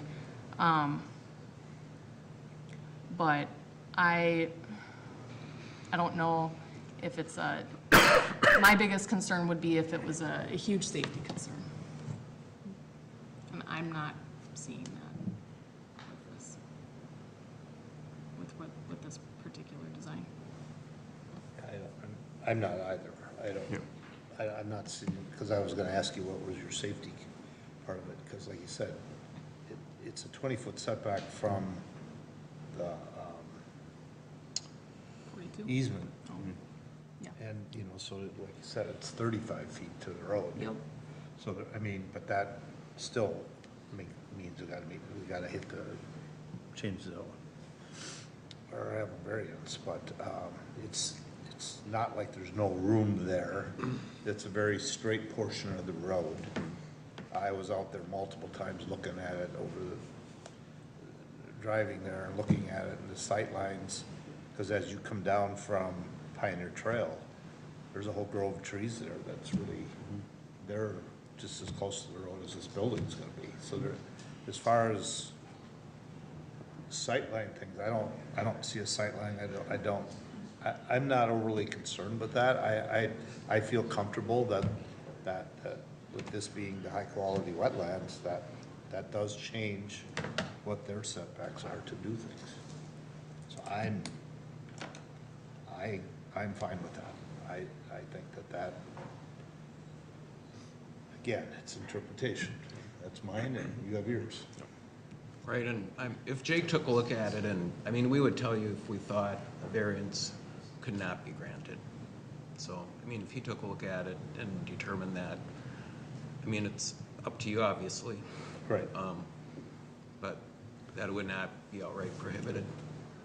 And I mean, I understand Councilmember Long's concern about that, then we have to look at how we do it as we move forward, and I'm comfortable saying that as a high-quality wetland with a bigger buffer, that is creating issues for what we're wanting to do there. And,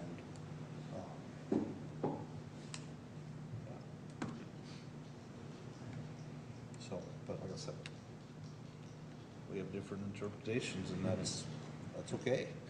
You know, we just gotta come to grips with what we feel is the right thing to do. Yep. That said, I mean, overall, I mean, I think what you guys are trying to do is a good thing, right? Because we need the housing, right? It's just like, it's a 20-foot problem for me right now. Yeah.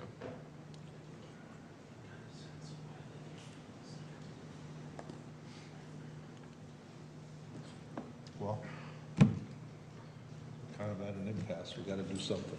We should take a vote. So. Motion to adopt resolution 22-78. I think, is there separate items, or? Do we do this as one, or is this two? I think it's 2. It's two. Is there variance at play? Yes, yes, yep.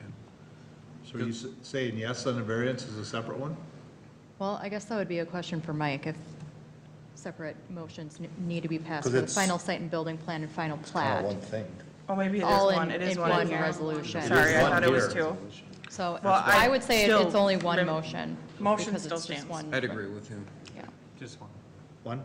All right, so I have a motion by Councilmember Hatfield adopting resolution 2022-78, approving the final site and building plan variance for Clover Ridge Apartments. Second. Second by Councilmember Hubbard. Discussion.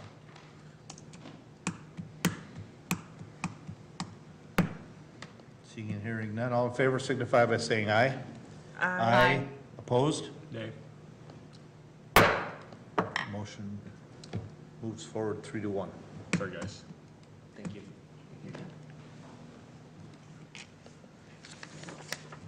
All right. Now, we are at 8C, adopt resolution 2022-82, or resolution 2022-83, concept outlet H. Mayor, Councilmember, this is an item coming to you from the Planning Commission. It was recommended from the Planning Commission for approval. This is for the Outlot H, which is the outlot which is directly to the south of the former Hy-Vee site out in Chaska Creek Corporate Center. You will see in the staff report and what Nate presents that while Planning Commission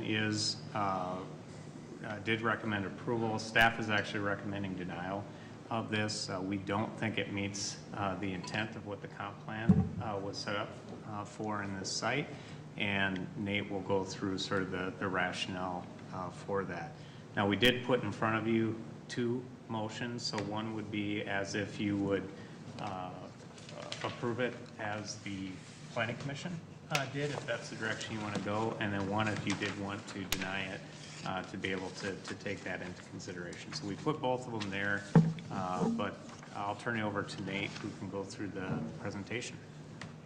Thanks, Matt. Mayor and council members, item for you tonight is Outlot H, Chaska Creek Center, Wabash, Chaska Farms concept plan proposal.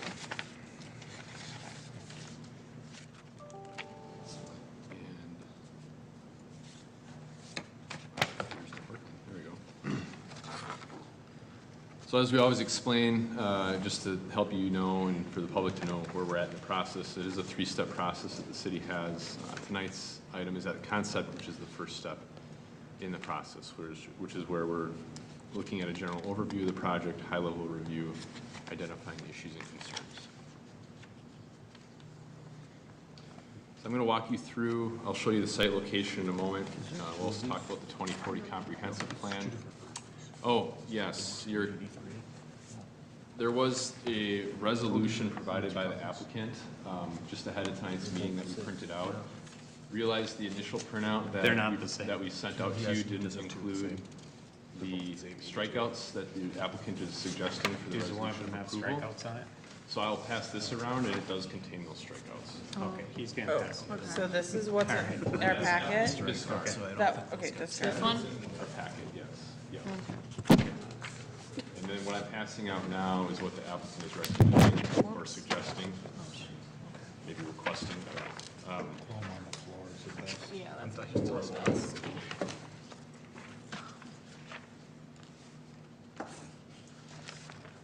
Well, we're not gonna be able to go through this unless you're gonna go through it step by step. It comes a little late here. Okay. Yep. All right, so I will touch on the 2040 comprehensive plan, how staff views that it applies to this location. I'll also talk about the Southwest Chaska Growth and Development Plan, which is adopted through reference into the 2040 comprehensive plan and how that speaks to this site. I'll talk about the 2013 concept plan that exists on this location, has been guiding development on this site already. I think the important thing to understand is that's intended to be information for you to understand that is a basis of perspective and what we've been moving forward on to this point. It is really the comprehensive plan, the growth and development plan that guides the site and what should be developed here.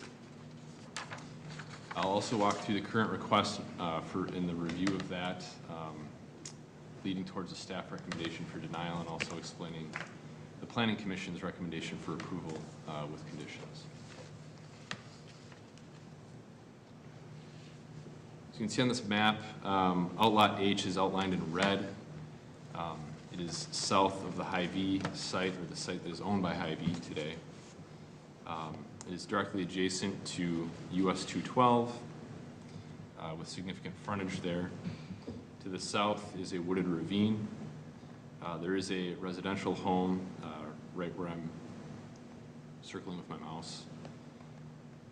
There's the interchange with Engler Boulevard, which is a full interchange. Surrounding this location, there's Apadan, which has received final approval for a building to the south here. This building is under construction by Apadan currently. Then there's a building to the north of that yet, which has final approval. I think they've just began some site preparation on that site in the last week or two. A site here, which has preliminary approval for Ladybug Daycare. It's owned by Ladybug Daycare. There's an area or a site here that's guided for professional office by the existing comprehensive plan. There's a by the existing concept plan is what guides this area for professional office. There's also medical office building here that exists today. And then there's also this area that is guided by the concept plan that has been approved for professional office there. I want to correct myself. This area here has preliminary approval for Ladybug Daycare and the professional office. I'm pretty sure there's some preliminary approval there. Can I ask a quick question? Yeah. This says low rise. Is that just like a one story or what's? That would mirror what you see today with the medical office. Oh, okay. Yeah. All right. So some background and timeline as it applies to this location in the business park as a whole that's out there today. Early 2013, the city approved the Southwest Chaska plan, and I'll dive into how that applies to this site. It did establish a vision for the business park, which is what this area is guided for in the comprehensive plan. October 2013, the city approved a concept plan for Chaska Creek Business Center. Outlot H is included in the concept plan, and that is the concept plan that has really guided the development that you see occurring today and what has occurred. May 2017, the city approved a final plat and final site plans for the retail district for Hy-Vee and for a portion of the Chaska Creek Professional Office District low-rise, which is the medical office building that has been constructed and exists today. I think you're all aware Hy-Vee recently announced plans to sell its site, and so the future of that site is a little bit in flux at this point. March 2018, the city approved preliminary plat and concept plan amendment for the professional office low-rise district to include a medical office building and daycare building just west of the existing medical office building north of Chaska Creek Way. So those are those two locations I was talking about a little bit ago. May 2018, the city approved final plat for the Chaska Creek Center, second edition for 2 lots for the future medical office building and the daycare building. Staff supported at that time, per the staff reports, that concept amendment, including the daycare, because they felt it would complement and provide an amenity to the density of office uses provided or proposed for the business center. Staff also noted that the location of the proposed daycare building is significant as it has high exposure to Engler Boulevard. So those were a couple of important factors in that evaluation. March of 2021, City Council approved the final site and building plan and the final plat for 2 industrial buildings. Those are Oppidan's development, the 133,000 square foot and 168,000 square foot building that are being developed today. May 2022, Planning Commission considered a concept application to change the area guided in the existing concept plan as professional office district mid-rise to industrial and recommended approval. So that's the application that's in front of you this evening.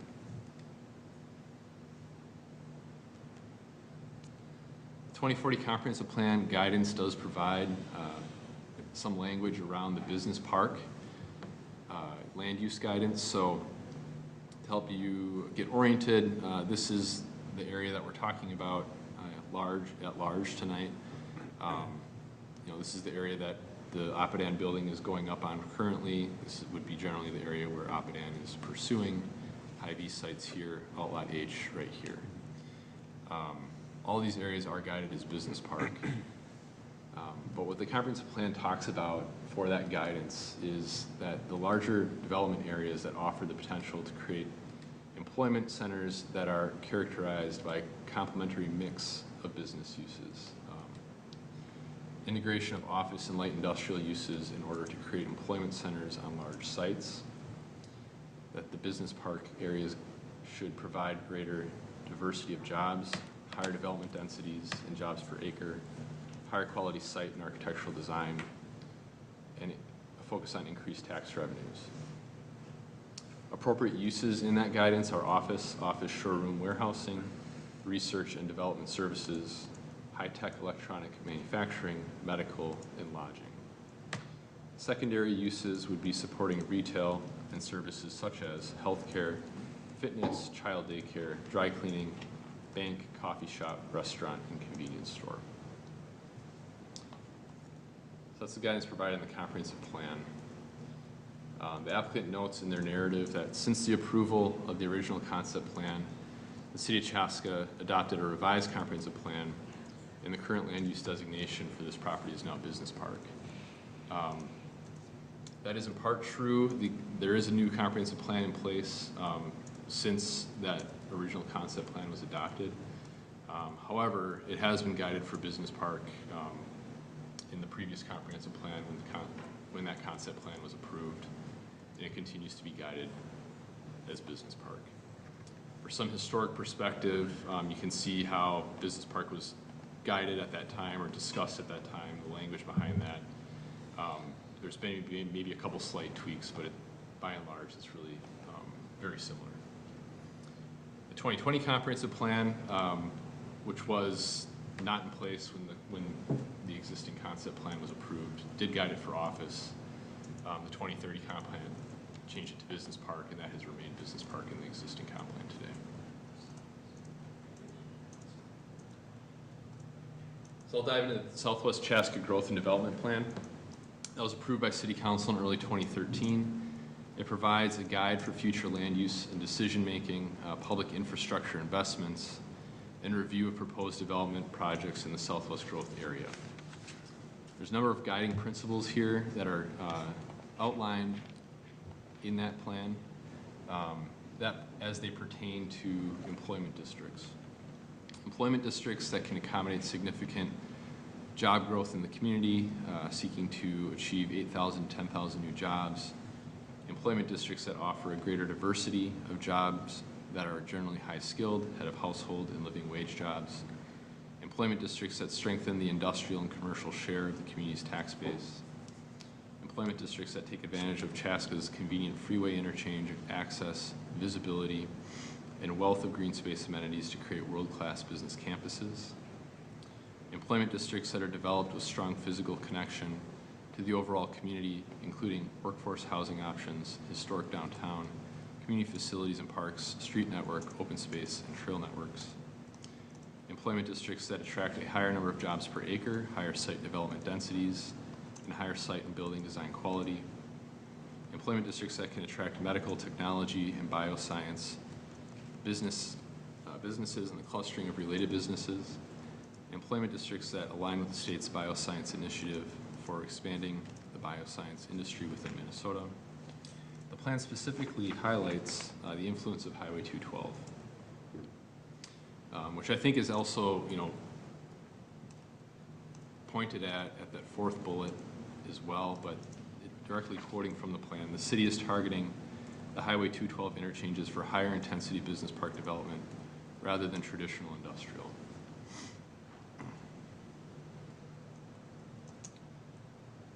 So those are factors out of the comp plan, the Southwest Chaska growth and development plan that staff is looking at as we're evaluating this proposal. I do want you to understand what the existing concept plan has to say about this business park area as a whole. So to give a timeline, and I did outline this before, 2017, this plan was approved in 2013. Fast forward to 2017 was when the retail area was approved for High V, and the existing medical office building was approved at that point in time as well. 2018, the concept plan was amended and a plat was approved for that Ladybug daycare and also for another second office building that would basically mirror the medical office building that exists today. 2021, project was approved for these industrial buildings here that Oppidan is currently pursuing and developing today.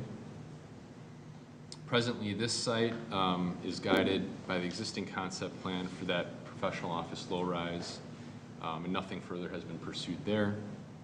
And then there's a professional office mid-rise area, which is being proposed with the concept plan that we're evaluating tonight. So I walked you through the districts that were defined in that plan.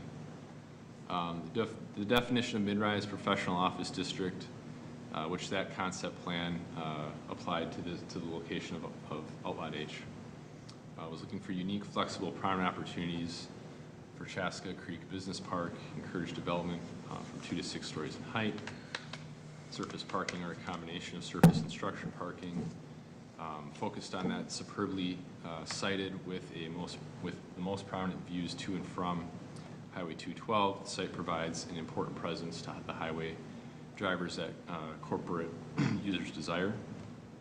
A direct connection to the retail district was also something envisioned at that time that provides ultimate convenience for the users of that location. And also an opportunity to increase density on the site along 212, which brings the highest and best use to that portion of that business park development as a whole.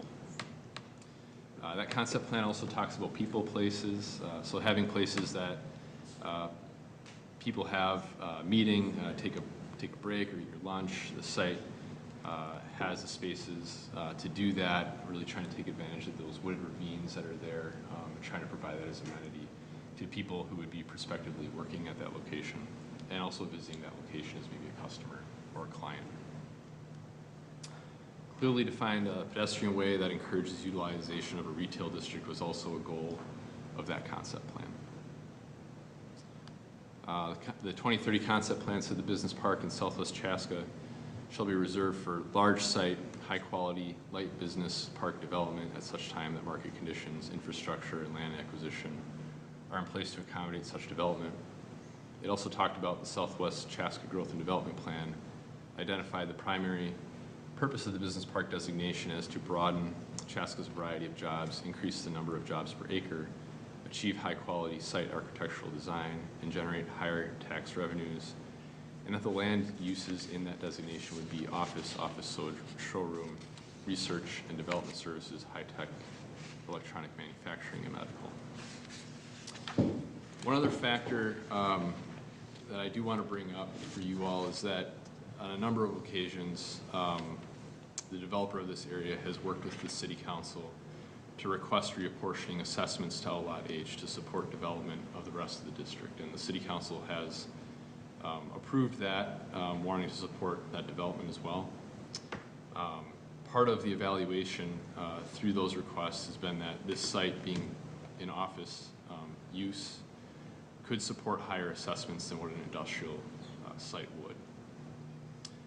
So the land uses identified in the 2013 concept plan have been a factor in the council's support for reapportionment because Outlot H was in office in that plan. So the current request is for a concept plan approval of Outlot H of the Chaska Creek Business Park. They're proposing 115,000 square foot multi-tenant industrial building with loading docks and truck and trailer parking. The zoning today is open, so this would require a rezoning, which has been the intention for this site, to be planned multi-use district, PMD 20, which is the same as the rest of the Chaska Creek Business Park.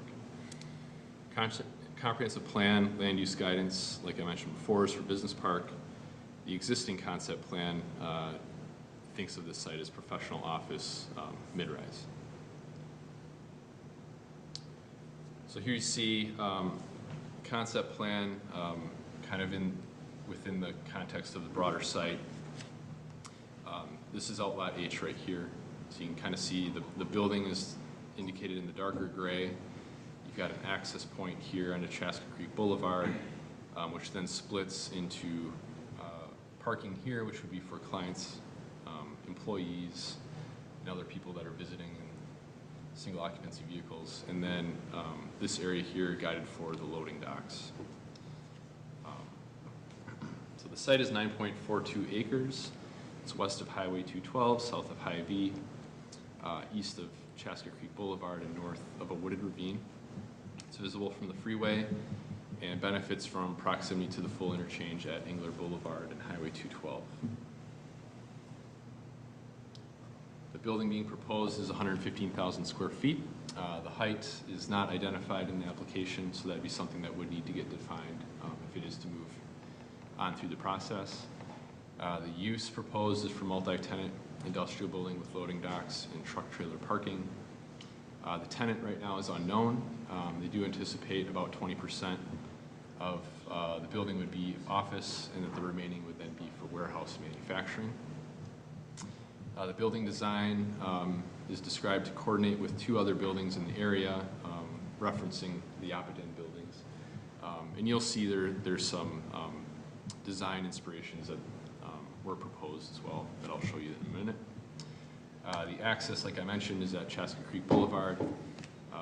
Parking is, you've got employee parking at the north and those loading docks at the south. Visibility to 212 and Chaska Creek Boulevard of the loading docks in particular and the parking in general is something that staff is noting that we would want to see worked on. The wooded steep slope should be an amenity to the site, so that should be something that could contribute for the employees that would be working here, just has been envisioned by the Southwest Growth Plan as well. So there would need to be a delineation done because this lot line here is pretty close to some of those steep slope areas. We're going to want to be sure that we understand how that situates on the site.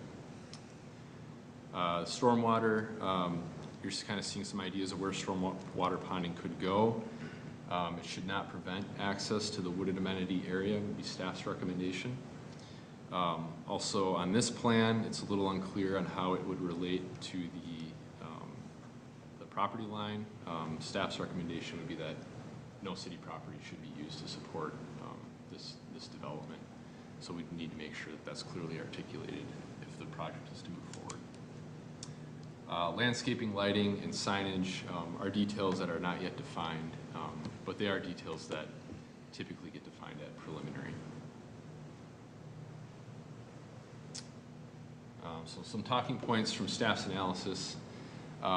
Based on what is outlined in the Southwest Chaska plan, it emphasizes high employment, especially in areas of high visibility at interchanges. There are 3 other multi-tenant industrial buildings with loading docks that are currently in various stages of development in this business park. And so from staff's analysis, it reduces the diversity of uses and job types in that business park, which is a goal in the Southwest Chaska plan. Staff's recommendation, if this is to proceed, is that more than 20% of the office should be required, or more than 20% of the building should be required to be office in order to better work towards those goals that are outlined in the Southwest Chaska plan. Staff would also say that it does not contribute to the desired identity along major roadways and community entrances, which is described in that Southwest Chaska Growth and Development Plan. The loading docks and parking, as a result, should be fully screened from Highway 212 and Chaska Creek Boulevard. It should also be limited to meet the needs of manufacturing and lessen conflicts of trucks and private vehicles at the single access. Compatibility and appeal towards commercial property will also be critical with the Hy-Vee site yet to be determined what its future will be. Right now, the current plan or the current concept doesn't show room for screening the parking or the building or loading docks from Trunk Highway 212. That's something that staff recommends would be to be worked on if this is to move forward. And also to clarify, how this area of the site would ultimately be designed and laid out. Staff's recommendation is that there would be no city property that would be included to support this development. So that's going to need to be clearly articulated moving forward. Here's another concept site plan here, so you can kind of see a little bit more detail. Some of the elevations that were submitted with the concept to try and show the direction of the design. This is very similar to what Apadan is pursuing on their buildings. There's some other building designs from other locations that could also sort of set the direction.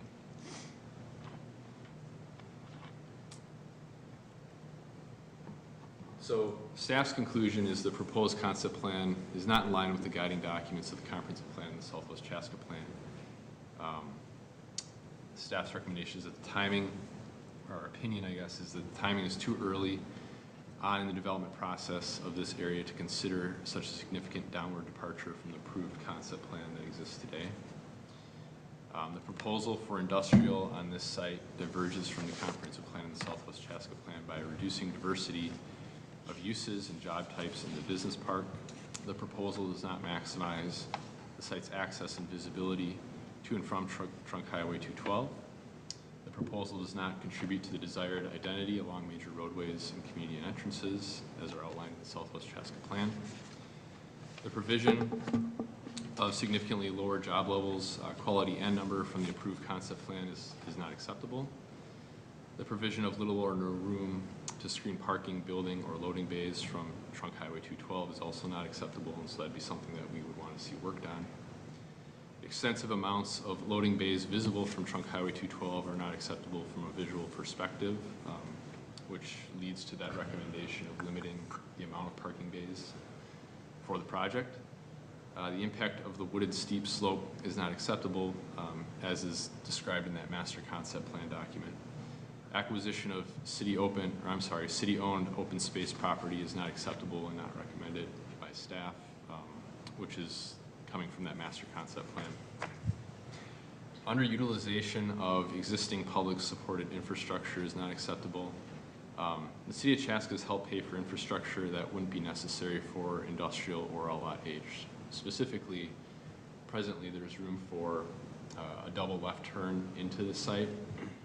What really drove that was the amount of office that was planned and articulated in that concept plan.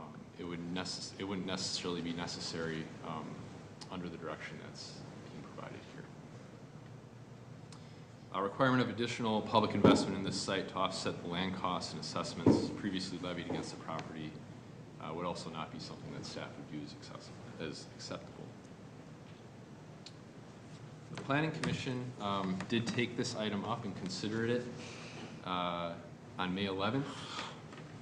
City staff presented a recommendation for denial based on misalignment with the Southwest Chaska Plan and the 2040 Comprehensive Plan at that meeting. The Planning Commission observed that they heard very different and opposed positions from staff and the applicant, which I'm sure you're about to hear as well. The acting chair at that meeting expressed desire for the two sides to explore workable outcomes that could be supported by staff. The commissioners expressed feelings of not being qualified to decide based on the diverging legal interpretations that were presented by the city's attorney and the applicant's attorney at the meeting. And the Planning Commission felt that the best course of action was to approve the concept plan for the City Council to consider the application as the more qualified body to make that determination. So the Planning Commission recommended conditions be added to their approval that would be in line with ensuring the project meets city ordinances. And so that's included in the resolution for approval in front of you tonight, along with reflecting staff's recommendations for things that should be addressed on this project as well, should council decide that you would want to move forward to preliminary. So basically you have two recommendations in front of you tonight. The Planning Commission recommendation would be the motion to approve resolution number 2022-82 approving the concept plan. Staff's recommendation would be the motion to approve resolution number 2022-83 denying the concept plan. With that, I'll take any questions. One thing I think is really important to point out as part of this is, and I don't know how many people remember this, but we went through a very, very big process for the Southwest Chaska Area Master Plan.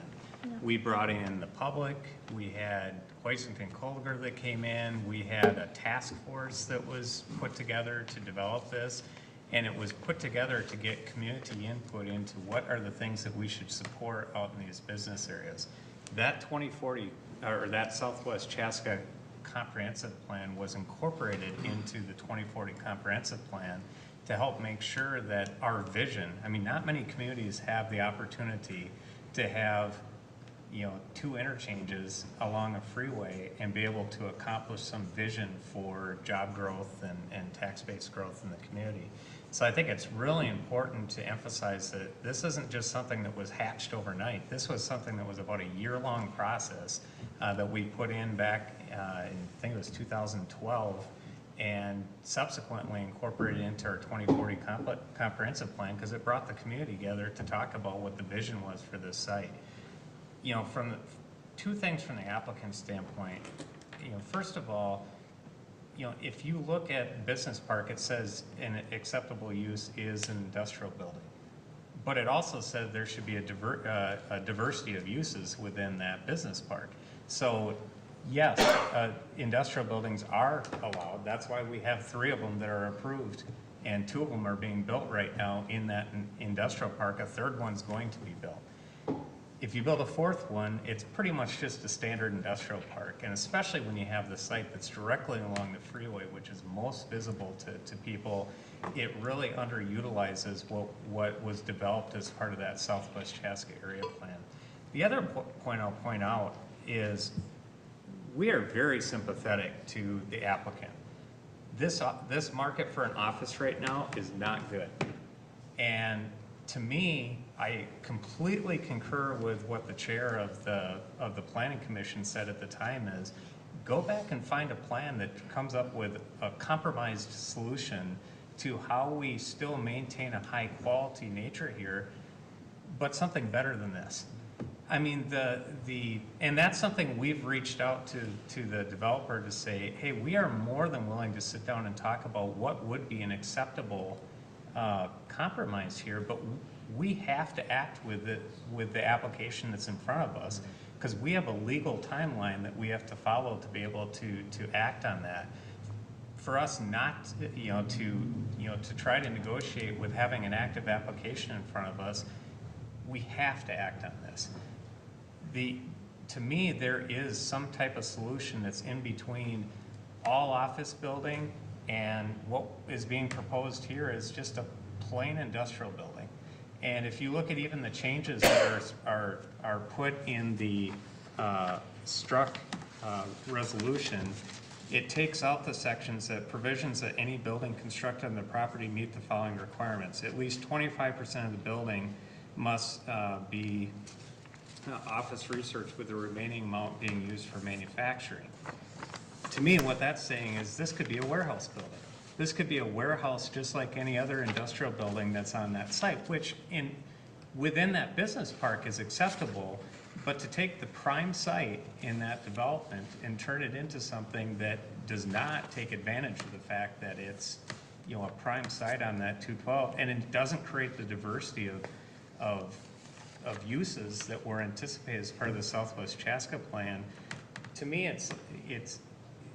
we're sort of faced right now with like two sides. It's either we have all office or we have all industrial. And to me, neither one of them are the right answer. To me, the right answer is we should come up with something that's in between. And, because it is true, the market is not good for office right now.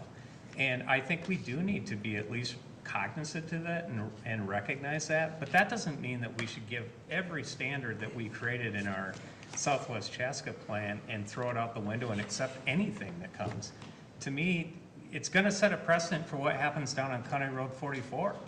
I mean, we have in County Road 44, there's a number of pads that they're going to have down there that are just traditional industrial buildings, which is great. But they have a site that's along the freeway that we've said that should be the same thing, that it should be guided for a use that really takes advantage of that freeway frontage. And if we do this here, we're gonna have to do the same thing there. And I just think we have just wasted every opportunity that we have to be able to create and implement the vision of the community. And then the last thing I'll say is, I think this really creates a bad situation for the uses who are already in that park, especially the medical office building. I mean, that medical office building did not go into that park because they thought there was going to be just traditional industrial buildings. The applicant can't do anything about Hy-Vee not coming in. That's a market decision. But certainly when that office building went in, they had much higher standards for what was going to go in than traditional industrial buildings. And so to put them in a position now where they've already built, they committed and invested first, and now they have to live with what comes, to me isn't fair to them. So that's sort of the, I guess, extra rationale, just to sort of emphasize some of the things that Nate was saying.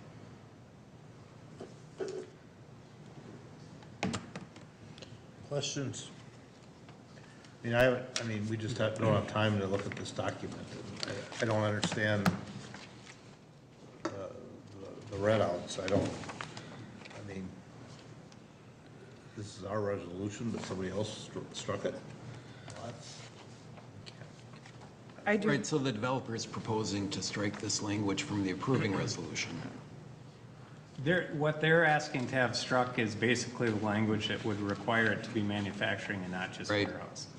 And also to strike the requirements for screening. To me, Those are all the things. This is a That's really right. important Yeah, spot. Yeah. And there are so many houses going in, right, to the south, whatever direction there. Like, this is a growing area, and on the corner of a major, and to strike things like screening and berming, that puts a bad taste in my mouth in general. And then, yeah, to me, I don't want to say it's a waste, that sounds so bad, but I just think it doesn't fit there well, and especially with that area growing, I would hate to just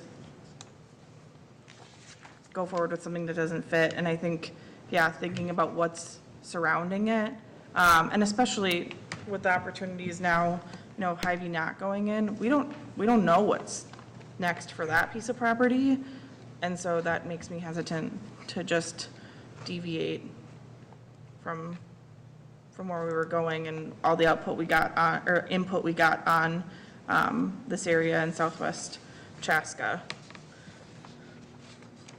So, yeah, I mean, I think if there was a situation where more conversations could be had and the timeline wasn't as it is, it'd be a different situation, but, yeah, it doesn't, I understand why the planning commission did what they did.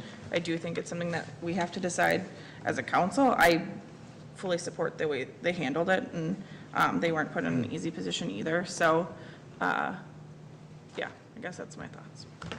When I was chair of the planning commission, one of the things I often reminded my fellow commissioners was that whatever we decide in terms of buildings will often be there for 20, 50, maybe 100 years. It could very well outlast all of our lifetimes.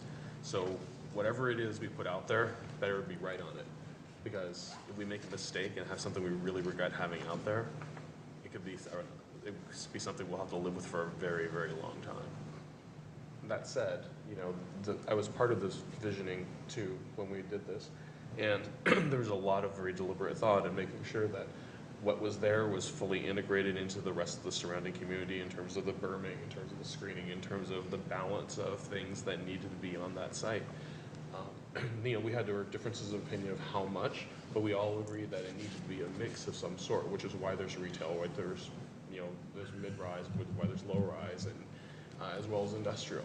So there was a huge amount of discussion, and we did arrive at where we did because we valued the way that those things will impact the community, not just for people who live across the road from it, but people who drive by and see and look at and experience our community. So these are things to not be taken lightly. I mean, to me,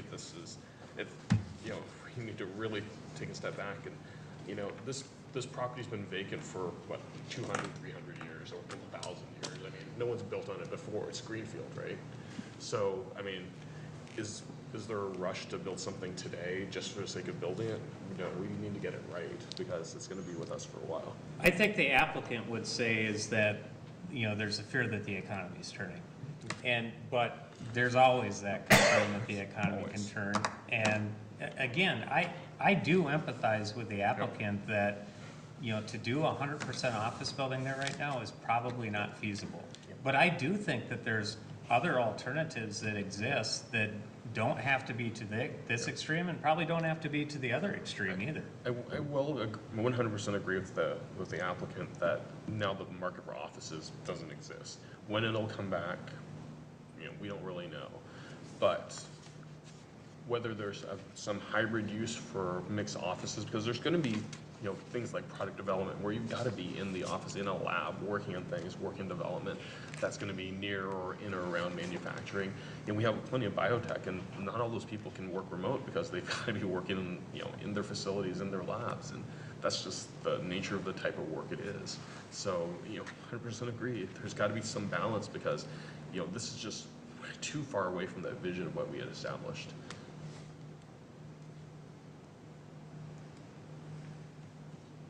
I mean, I agree with the economics. Right now, offices are a bad place to be. So, yeah. Is there like a practical statistic, like as far as like an office building, job creation versus like a industrial warehouse building? the same size or something? Like, is it X jobs versus X jobs? Do you get what I'm asking? Like, Yeah, I mean, it sort of depends. I mean, you can have a building like this that has quite a few jobs, but if it's warehouse jobs, they're not gonna pay as high as an office job. Okay. And so I think part of when it was talking about the diversity of job types, it was talking about creating job types at all levels. You know, that there's somebody who, you know, may have an entry-level job and somebody who may work in an office. You know, that there's different levels of jobs available within it. To me, that's how we sort of interpreted when we listened to the conversations for the Southwest Plan, is, you know, what that meant, is that there was just a diversity of those types of jobs and incomes that happen there. Go ahead. I was just gonna say, I struggle with the whole office thing because that is such a ever-shifting situation that our crystal balls are just not gonna be able to predict. There are huge players in the game mandating office. There's layoffs happening, which shifts the market back to company control and not employee control, where they can have people in the office. So it's so ever-changing we just haven't spent enough time in this market to say that office jobs aren't gonna be a thing anymore. I personally think, coming from an HR position, that that's a very brief thing that's happened, and that, like I said, there's a shift coming back, so I also take issue with that it's something that's gone. I don't think we can say that right now. Yeah, I agree with that. I do think, though, that when you think about those types of uses that are more, I call them more of a balance between office and manufacturing. I mean, we have plenty of those places in Chaska now. We have Lifecore, we have FSI, we have Lake Region, we have Beckman. I mean, there's a whole lot more than 20% of those spaces that are office, and the manufacturing jobs that they have are very high quality. So, I mean, you know, to me, that's an example of a traditional type of a manufacturing office type of mix that, you know, if somebody came and said, yeah, we're, you know, just like at one point in time, Lifecore or Lake Region or whoever came and said, we're gonna make this our headquarters. I mean, that, to me, that's very feasible and would be a great addition to this site.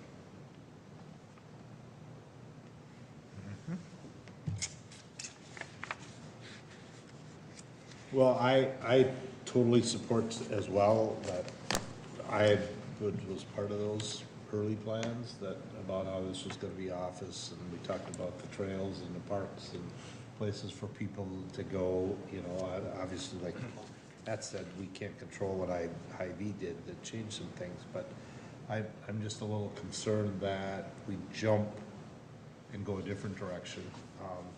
One, I mean, the site's never been fully graded. Now the site's looks better. The road's now in. There's other things happening there. I think that opens, in my mind, I think it opens that site up for more possibilities, just because there's a lot of things happening there. And, you know, the connection to the Southwest will help things. I don't know, I see a lot of positives that could happen, and I agree. I just think that we gotta sit down somewhere and find that mix, because I think there is a mix. I also think in an ideal world, you'd look at this site and Hy-Vee together. That you wouldn't just look at one site alone, because, now, that might not be possible because Hy-Vee might want to hold on to the site, who knows? But I think in an ideal world, you try to master plan those two sites together to come up with the best use. Well, and even if it was Hy-Vee, Hy-Vee attracts, almost every Hy-Vee has things like a PetSmart come in next to it, or an AT&T, or things like that would use this space. So, and even if it's not a Hy-Vee, there's a lot of things that could take the Hy-Vee site and be pretty similar, where there are whatever that could pop up with it, or office that wants to be near whatever happens on that site. So I agree. I think that was my initial, I mean, before anything was even said here tonight, reading it prior to the meeting, these were all my initial thoughts. They haven't really changed. So I just want to put that out there too, is that they're my own thoughts.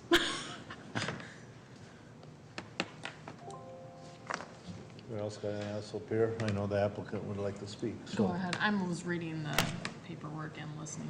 Sorry. Okay. I'll open it up to the applicant. I don't know who's going to speak.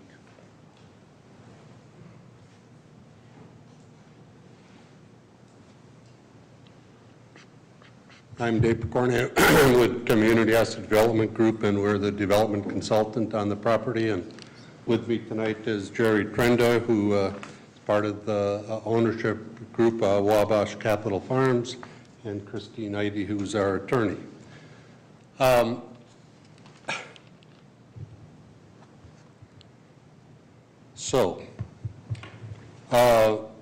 First let me say the issue here is this concept plan consistent with the 2040 comprehensive plan?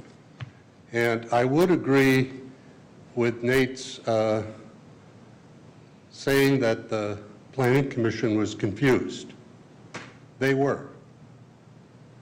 They were confused why the staff was recommending denial. Watch the meeting, listen to what they said. Because they realized what we were proposing was exactly what's in your comprehensive plan. And I'm going to read, and I know Nate read it, but I'm going to read it again. This is designated as a business park. Liz, could you bring up the comp plan? I don't have control on that Oh, one. you have it. Yeah.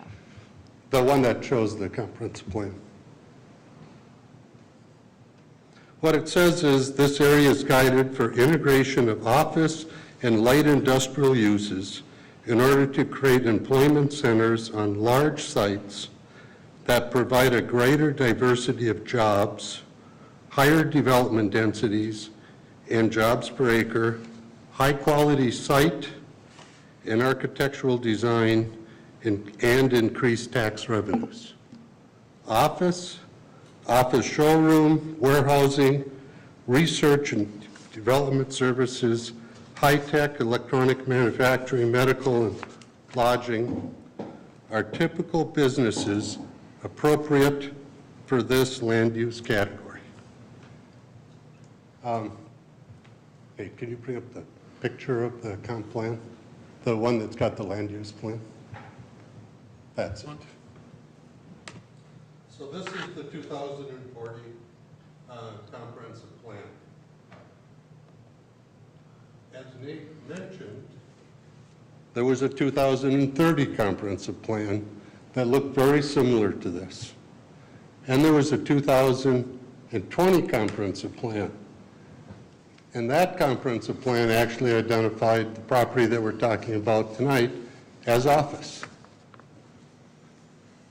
That's the plan that was in place when 10 years ago we came in for the concept plan approval for the overall site.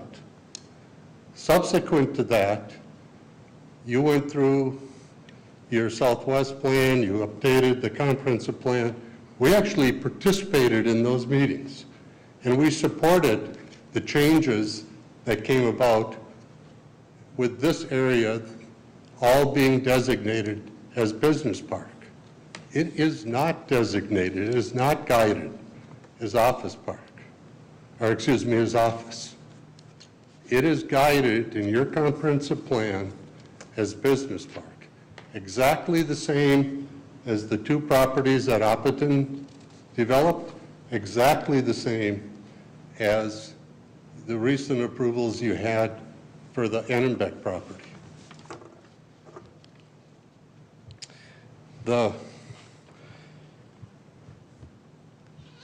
To me, that's really the core issue.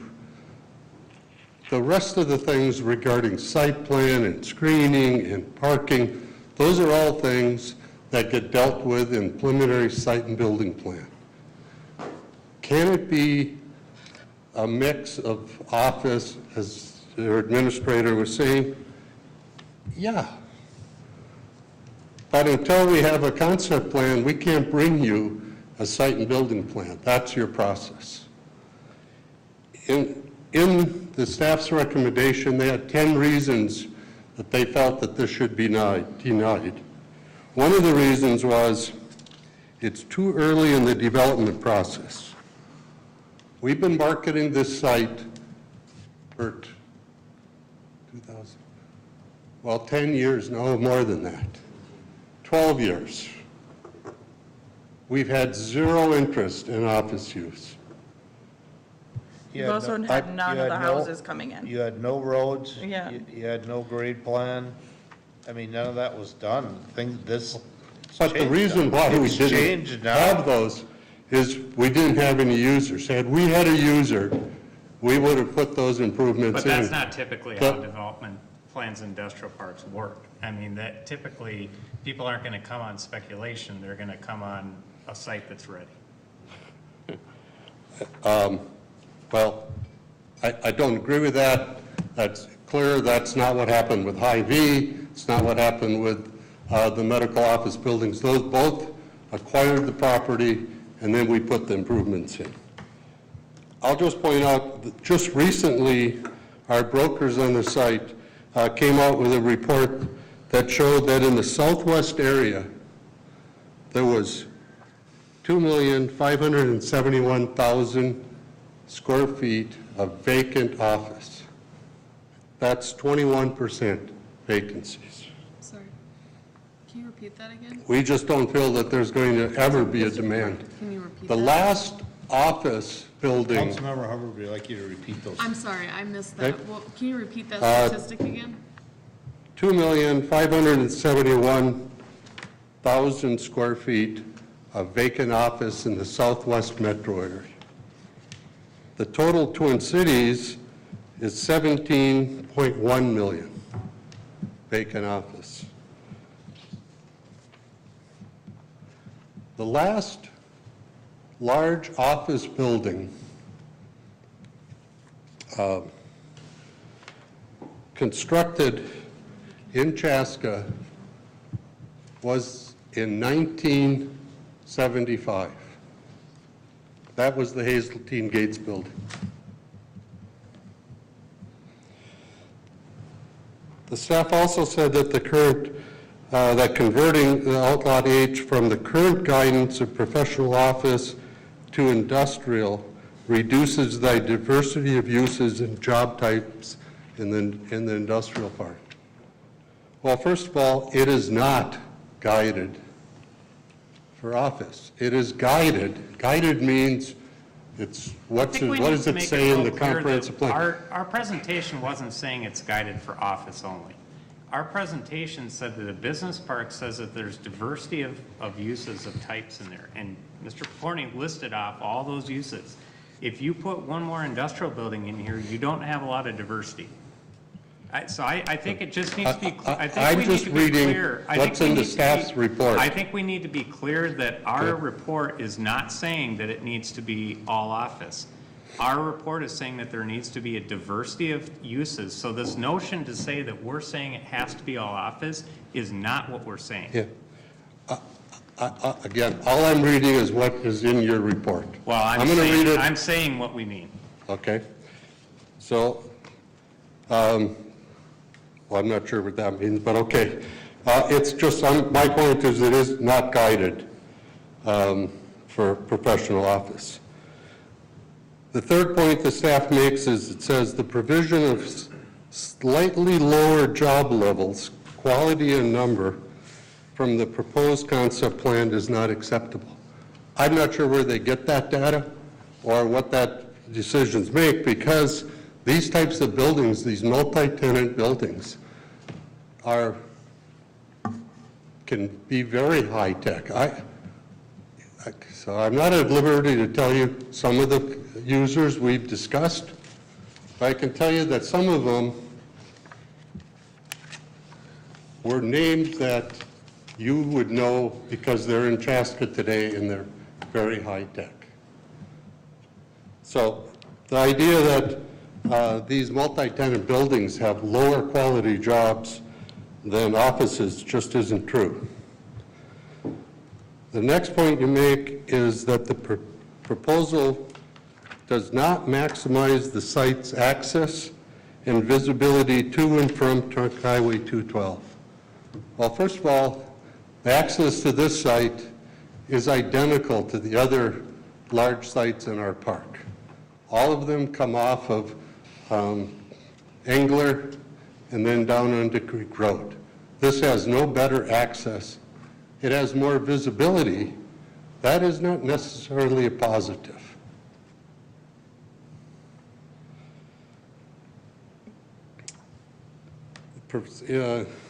Indicate that there's no room for screening. This is a concept. We have not gone to the detail of a landscape plan, final grading plan. Clearly, it needs to be, we need to deal with that. There is no provision, though, in your ordinance that says we have to 100% screen loading docks. Your ordinance, you just approved 3 large projects. That wasn't a condition in any of those projects. Now, are we willing to do that? Yes. Then why was it striked right here? Because what we're trying to do is comply with your ordinances, not create new conditions. Your ordinances relative to loading docks talks about they're not to be visible, or you're not to have them front directly onto streets. That's the reason we cited the building the way we did. So none of it fronts onto streets, it's all on the side. Now, the next item that you have that for reason for denial is that we're impacting the wooded slope. We shared this at the Planning Commission, we shared it with the staff. We're not proposing any grading in the wooded slopes. Quite frankly, all of the grading is done. So to point out that we're disrupting the wooded slopes, it's just not true. We are not proposing to acquire any city property. Again, I'm not sure where that came from, but at the same time, I will point out that the city property that's adjacent to the site is land that we dedicated to the city to preserve the ravine. I'll also point out that we dedicated it to the city and we did not receive any credit for parkland or Who's open we? space. When you say we, who are you talking about? The landowner, the prize. So the people that own this lot I think we have to donated understand that that to the there's city. different reasons that why property is dedicated to a city. It can be for stormwater ponds, which are needed for the road to go through. It can be because it's unusable property that they don't want to pay taxes on. And if it's not usable for a park, it shouldn't be allowed to be dedicated as parkland. I don't disagree. My only point is that we are not proposing to take any of that land back. We're not proposing to use any of that land. The next point the staff makes is underutilization of existing public-supported infrastructure is not acceptable. Actually, until tonight, I didn't understand what that was.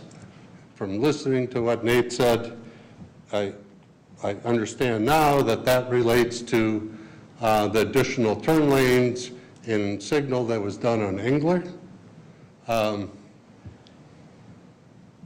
additional city cost for those improvements was $555,000. There was an agreement done at that, back at the time that went in, that said the landowner, Wabash Capital, one, agreed to donate the right-of-way for those turn lanes at no cost to the city, and we agreed to pay an assessment of 100% of the city cost, which we did. So I'd like to point out that it's not just the improvements that are at Engler and at the stoplight. The road is also significantly larger than it needs to be if it was just purely industrial. The city put in $3 million, a little over $3 million into all the improvements that went on in this development. To say that 100% were covered by the developer is not accurate. The city also provided tax increment financing to help write down the cost of the actual assessments on there. So to say that there was no city dollars that went into these improvements is not accurate. Again, it would help if I could finish, because then I would go down to the rest of the items that we paid assessments for. And Matt's right. The public improvements for the road, sewer and water in the street, those were all of those costs that related to the subdivision we paid assessments for, $6 million. The city did pay the oversizing. So they paid for making the sewer bigger, the water lines bigger, and the fact that the road is not just a road for the industrial park, it's a collector road. And so those extra costs for the collector systems. But please understand, when you're looking at the road on the south side of Engler Boulevard and the road on the north side of Engler Boulevard, the road on the north side is a traditional collector road for the city. It's significantly skinnier than the road that's on the south side. That road was sized for larger users. It was sized for Hy-Vee. It was sized for an office building here. And so to say that that's the normal size road that we put into a traditional industrial park is not accurate. I mean, just look at our North Industrial Park where we have PV Road. It's a 2-lane road that's going through there. You know, if you look in Crosby Park, it's a 2-lane road that goes through there. Because you just don't have the type of traffic that you have with traditional type of office buildings. Okay. Well, I'm just referencing what the conditions were, and that and clarifying what came out of those. Because this really all gets back to what's in your comprehensive plan. Had you wanted it to be office, you should have left the 2010 comprehensive plan in place, 2020, because at that time it was designated as office.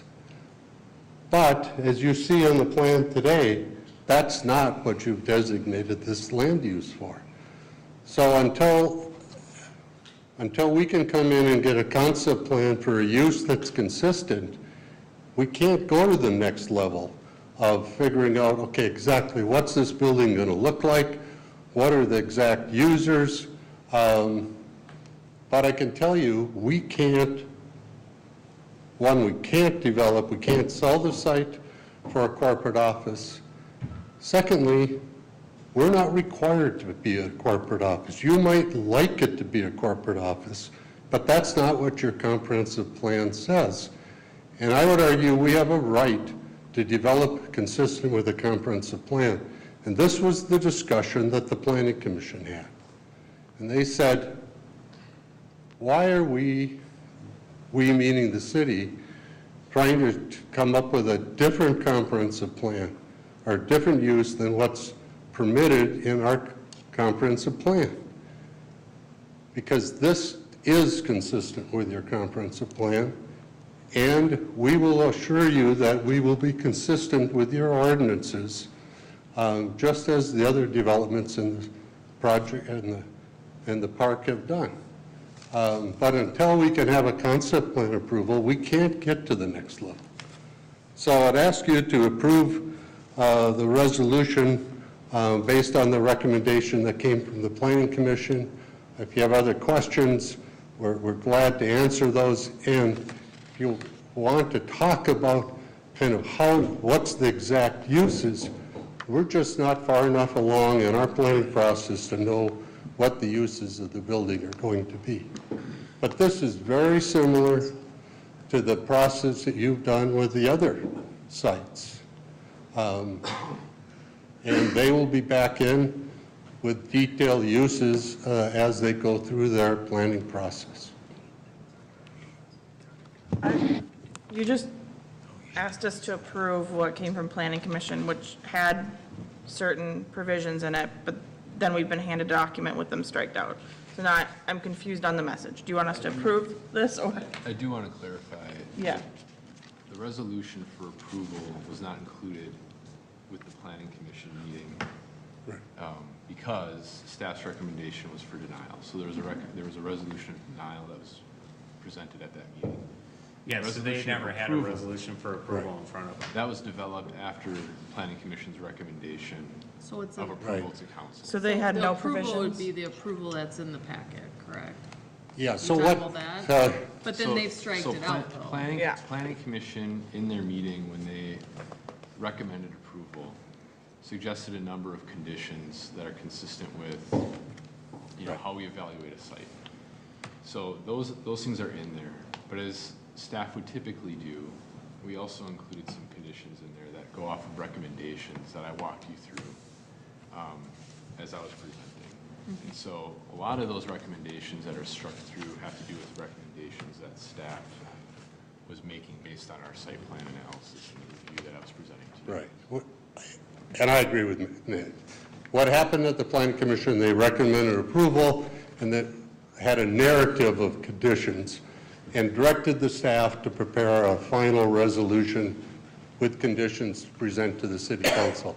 That's the resolution that was in your packet that came from the staff recommending approval. We received that on Friday, and our response back to that issue was that we could live with the, we would recommend you that, well, we had an alternative resolution. Quite frankly, I don't think that's the issue tonight. You can, if you want to adopt a resolution that has other conditions in the concept, fine.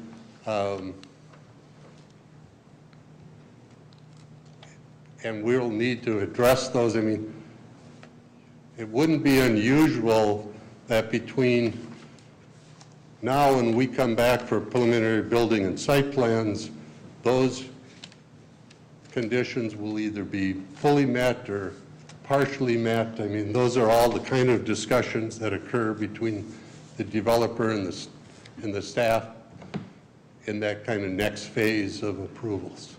For example, one of the ones that you pointed out was the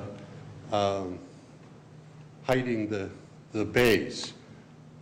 Exactly what that means, I don't think the staff knows, and neither do we. I mean, if it's putting up a concrete wall around the whole site, that's a problem for us. If it's landscaping and berming, that might well be acceptable to us. So one clarification I do want to make is that the concept plan that was approved in 2013.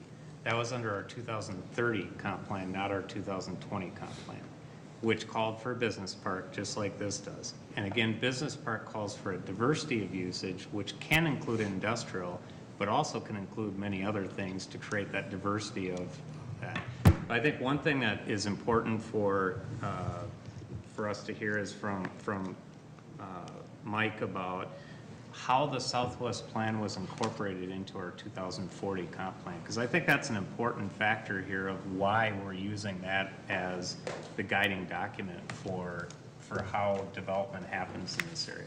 Right, so we took a look at it, and the Southwest plan is incorporated into the 2040 plan, which may explain, why the 2040 plan was set out that way, because it was referring back to the Southwest plan. And in the recommendation of denial, a lot of the reasons are for reasons related to the Southwest plan. It's not meeting the Southwest plan. And that is incorporated by reference as, a guiding principle for the city on this property.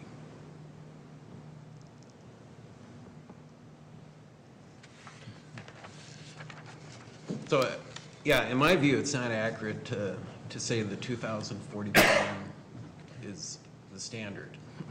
It's a 2040 plan incorporating the Southwest plan. And the Southwest plan is what's not being met.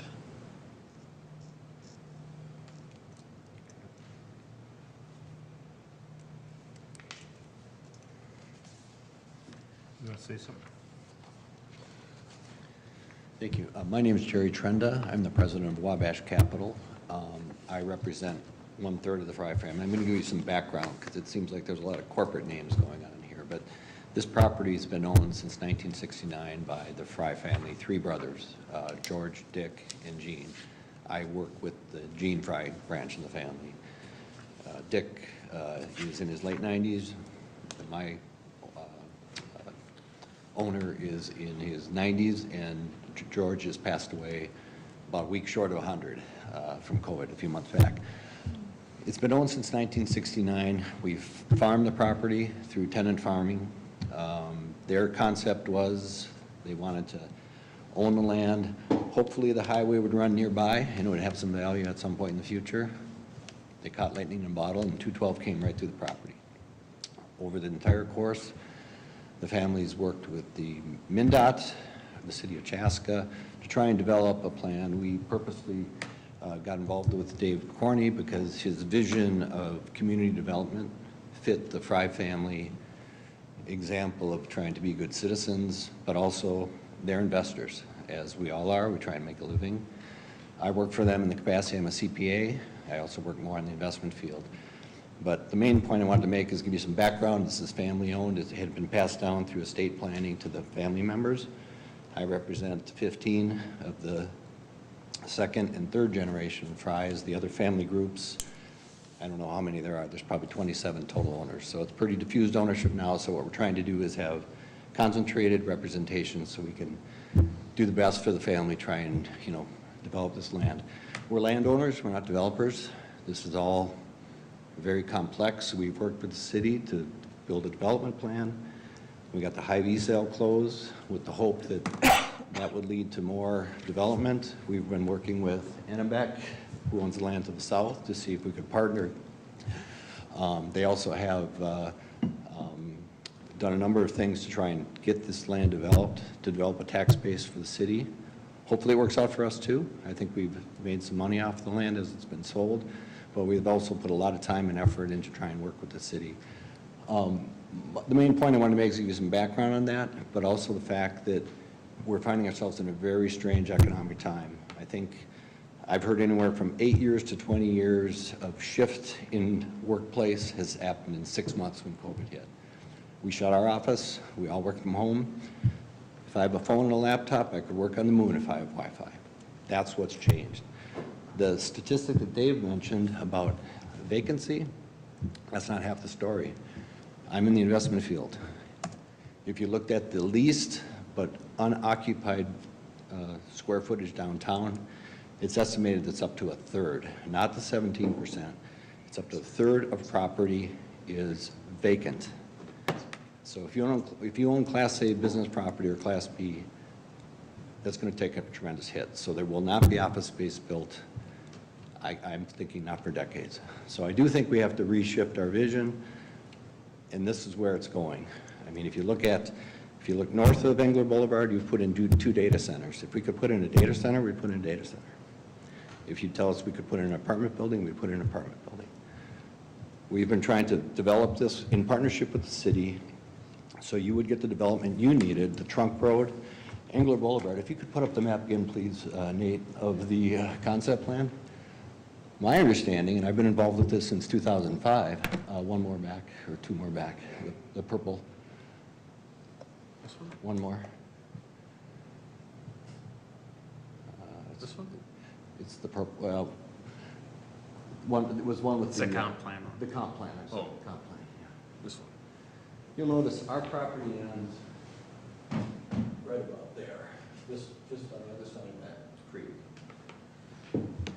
Talk about right here. That collector road was widened to also service the residential space that was going to be built to the south.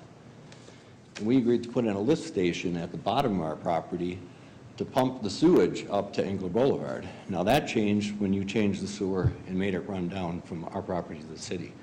So we've been cooperating all along with all these development prospects that the city wanted. We widened the road to funnel the traffic to the south. And we also tried to help with sewer and water. Now, the city did pay for some of that, but it was also assessed to the property owners to the south. So we're trying to carry the load, and we did some of the allocation. You referenced earlier that we allocated some of the assessments to Outlet H. We did that to equalize the hit to all the properties, because otherwise, some parcels couldn't be economically viable at $6 a square foot because the assessments were $4.50. It just wouldn't make sense. No developer would do that. We're landowners, not developers, so we have to find somebody to do the development. So on those points, I would just say, we've been trying to cooperate with the city. What I feel has happened in the last few months is the city has a position that we can build only X, and right now the only thing that's being built is Y. And we've done 2 parcels, and the city approved another building like we're suggesting to the south of us on another property. If you don't want that much high volume, high bay distribution centers, why did you approve on Ennebex? It's just inconsistent in my mind. And then getting back to the fact of what do we rely on, the comprehensive plan or the concept plan? And we've tried to work with the city to find other options. And as I say, we've been involved since 2005 with this. I've been involved with it, and it's been a hard struggle to find things that would be economically viable. And I don't know if our ownership group can continue to support the property if we don't have some sales to make that happen. Hy-Vee was a disappointment. We can't control what they do once they own the land. And yes, once we heard that Hy-Vee was not going to build, we reached out to Costco the next day. They're interested in the site. I don't know if Hy-Vee will sell to them because they don't want competition. And the other thing is Outlot H, which would better fit a Costco footprint. It's not zoned for retail. So if you're telling me today that we could build retail there, I'd love to hear it. I think Ms. Hatfield mentioned that she'd like to see retail there. I do that in a heartbeat. So anyway, that's just some background on where we've been, the frustration we've had working with the city planners and the city offices. Generally, it's worked pretty well. We've done a lot of good things together. We've had the development plan built up. We've provided the wetlands as required. We've tried to follow all the rules that are put in place. So for background, I'd be happy to answer any questions for what I just addressed. Questions? I guess not at this point. Okay, thank you. Thank you.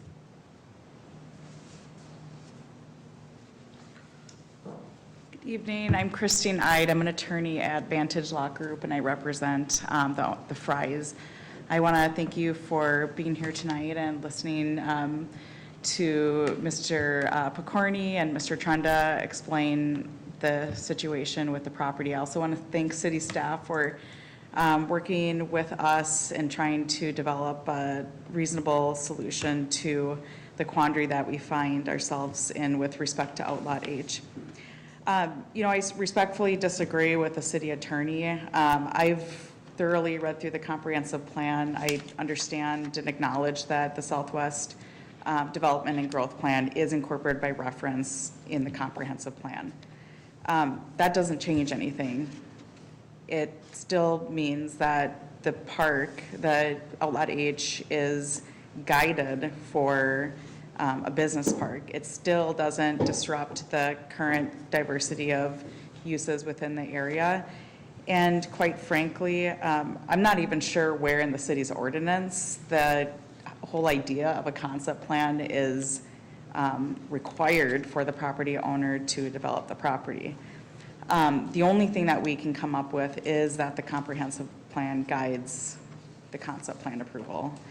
And operating all along, city staff, at least at the planning commission level, appears to have created a mandate from the concept plan that was created in 2013. I remember when I was where I was in 2013, maybe you folks can remember where you were in 2013. It was a different world. And this property is zoned open district. And what that means is that it's not zoned for office. It's not zoned for retail. It's to be determined based on the comprehensive plan.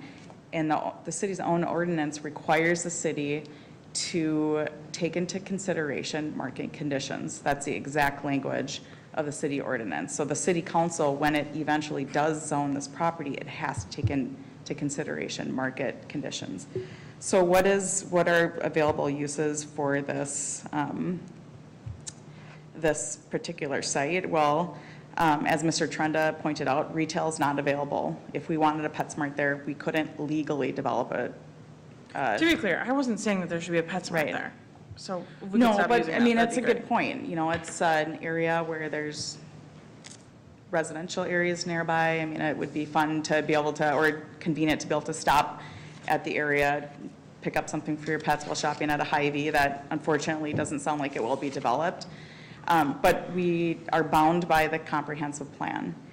The proposed use isn't inconsistent with the Southwest plan. It follows the Southwest plan. And as I was speaking of earlier, it's the whole concept of a concept plan isn't really fully fleshed out in the city's ordinance, which is why it's premature to tell the applicant today that they can't develop this property into something other than office use. What the application is trying to accomplish is to provide a framework to allow this discussion with the city staff, to allow the discussion of, you know, let's see if we can get some highly desirable tech manufacturing uses here. The approval of the concept plan today doesn't mean that the applicant can have a warehouse in Outlot H. It means we can just get to that next step. Just get to that next step where we can have a preliminary site plan and building plan approval. We can start having those discussions. We have a legal grounds to start having those discussions with city staff in order to figure out what the best use is for this parcel, to figure out, you know, how we can incorporate uses that are consistent with the Southwest Growth and Development Plan, and figure out a way to develop the property in a manner that is consistent with staff's objectives and is, you know, going to happen with the economic market. I want to make it clear that these aren't staff objectives. I mean, we're taking the Southwest Chaska plan that was adopted by the council, and we're applying it to our review of the plans. And when we say that discussions can't happen until after a concept plan is adopted, that's ridiculous. I mean, every development we go through, we have discussions with the developer well before it comes to a concept. And we like to pride ourselves in being able to bring back a concept that the council can look at and say, yeah, I may not agree with everything, but I think it generally fits with what's going on. And to say that you can't have discussions about looking at something different before the concept plan is approved is ridiculous. We have conversations with developers all the time about that. I can guarantee you that if you approve a industrial building like this now, that's exactly what you're gonna get. Right. That's where I And to me, it's like, if you really want to have a discussion about it and are open to having that discussion, you should have the discussion. And if you're not willing to have the discussion, the message you're giving to the council is, we want an industrial building. I mean, let's just call a spade a spade. I mean, that's what we're dealing with here. The concept plan is calling for an industrial building. And if that's not what you want, then that shouldn't be the concept plan. I mean, it's Yeah, clear let me- use. I Did should you give us? add on to that at some point. Go ahead. So, chapter 15 is where the concept plan is discussed. And it says, once we adopt the concept plan, that sets the use for the property. So it's very important for us to. It doesn't set the zoning. We do that in a preliminary, but it sets, once we say it's gonna be industrial, we have to go in that direction. Right. And, you know, we've heard comments that we don't know what the property is gonna be used for. And we need to get past this step, and then we can start working on what it's gonna be used for, and that, it seems like it's a little premature then. You know, to approve the concept plan of our ordinance. The fact is that this is permitted in the comprehensive plan. There's no legal basis, and She is correct. It is permitted in the But the concept. business part says there should be a diversity. And we're making the argument that having 4 of the exact same buildings in this industrial park is not diversity. And we're not only making the argument, we feel we have a right under the Southwest plan. I will require also this. point out that the bullet point list of the rationale for denying this concept plan includes erroneous facts and are subject to being challenged. To make a decision based on erroneous facts is. Such as? Well, just wait. We don't believe anything's erroneous, and just like she has a right to disagree with me, I've got a right to disagree with her. I don't think they're erroneous. Right, I mean, this is a business issue, I'm not getting heated, as, So, you know, I want to, we're going to sit and go this back and forth, back and forth. You guys want to develop it. Matt wants to sit down as staff and say, what can we come up with? Why are we not doing that?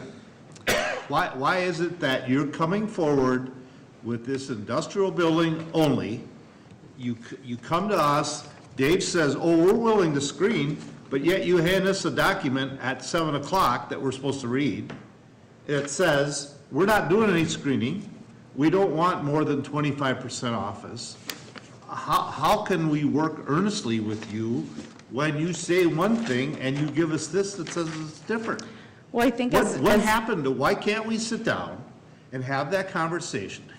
Dave himself said he's got some high-tech people. Why can't it be an office with manufacturing to it? Instead of, like Matt said, that's the way I felt all along. If we approve a 115,000 square foot industrial building, that's what it is. It ain't gonna change. There'll be no office space to it. So why can't we do that? Mr. Mayor, I mean, if you look at the mock-ups of the building, I mean, it's clearly not a warehouse building. They're clearly intended to include some office component. But why did you take this? It really looks like that, though. I mean, Why they did have you like take it a out? bunch of things on the back. It looks. I mean, why don't you, It why looks- can't we go back and well, say, I mean, the let's sit picture's down right and in talk front of about us. I would disagree that it looks like. Oh, I don't think, yeah, the plan is to include office component. The reason why there was language struck was because we felt like it was more appropriate for that to be addressed at the site plan, preliminary site plan approval process, which is where there are objective, ascertainable standards for determining how to develop property. I mean, that's what the zoning ordinance is for. That's what the site plan approval is for. We can't, the owner couldn't develop this building today if this plan was approved today. It doesn't give us the right to do that. There is another step in the process. I just don't know why you'd want to spend a bunch of money on preliminary if we already have so many issues with this.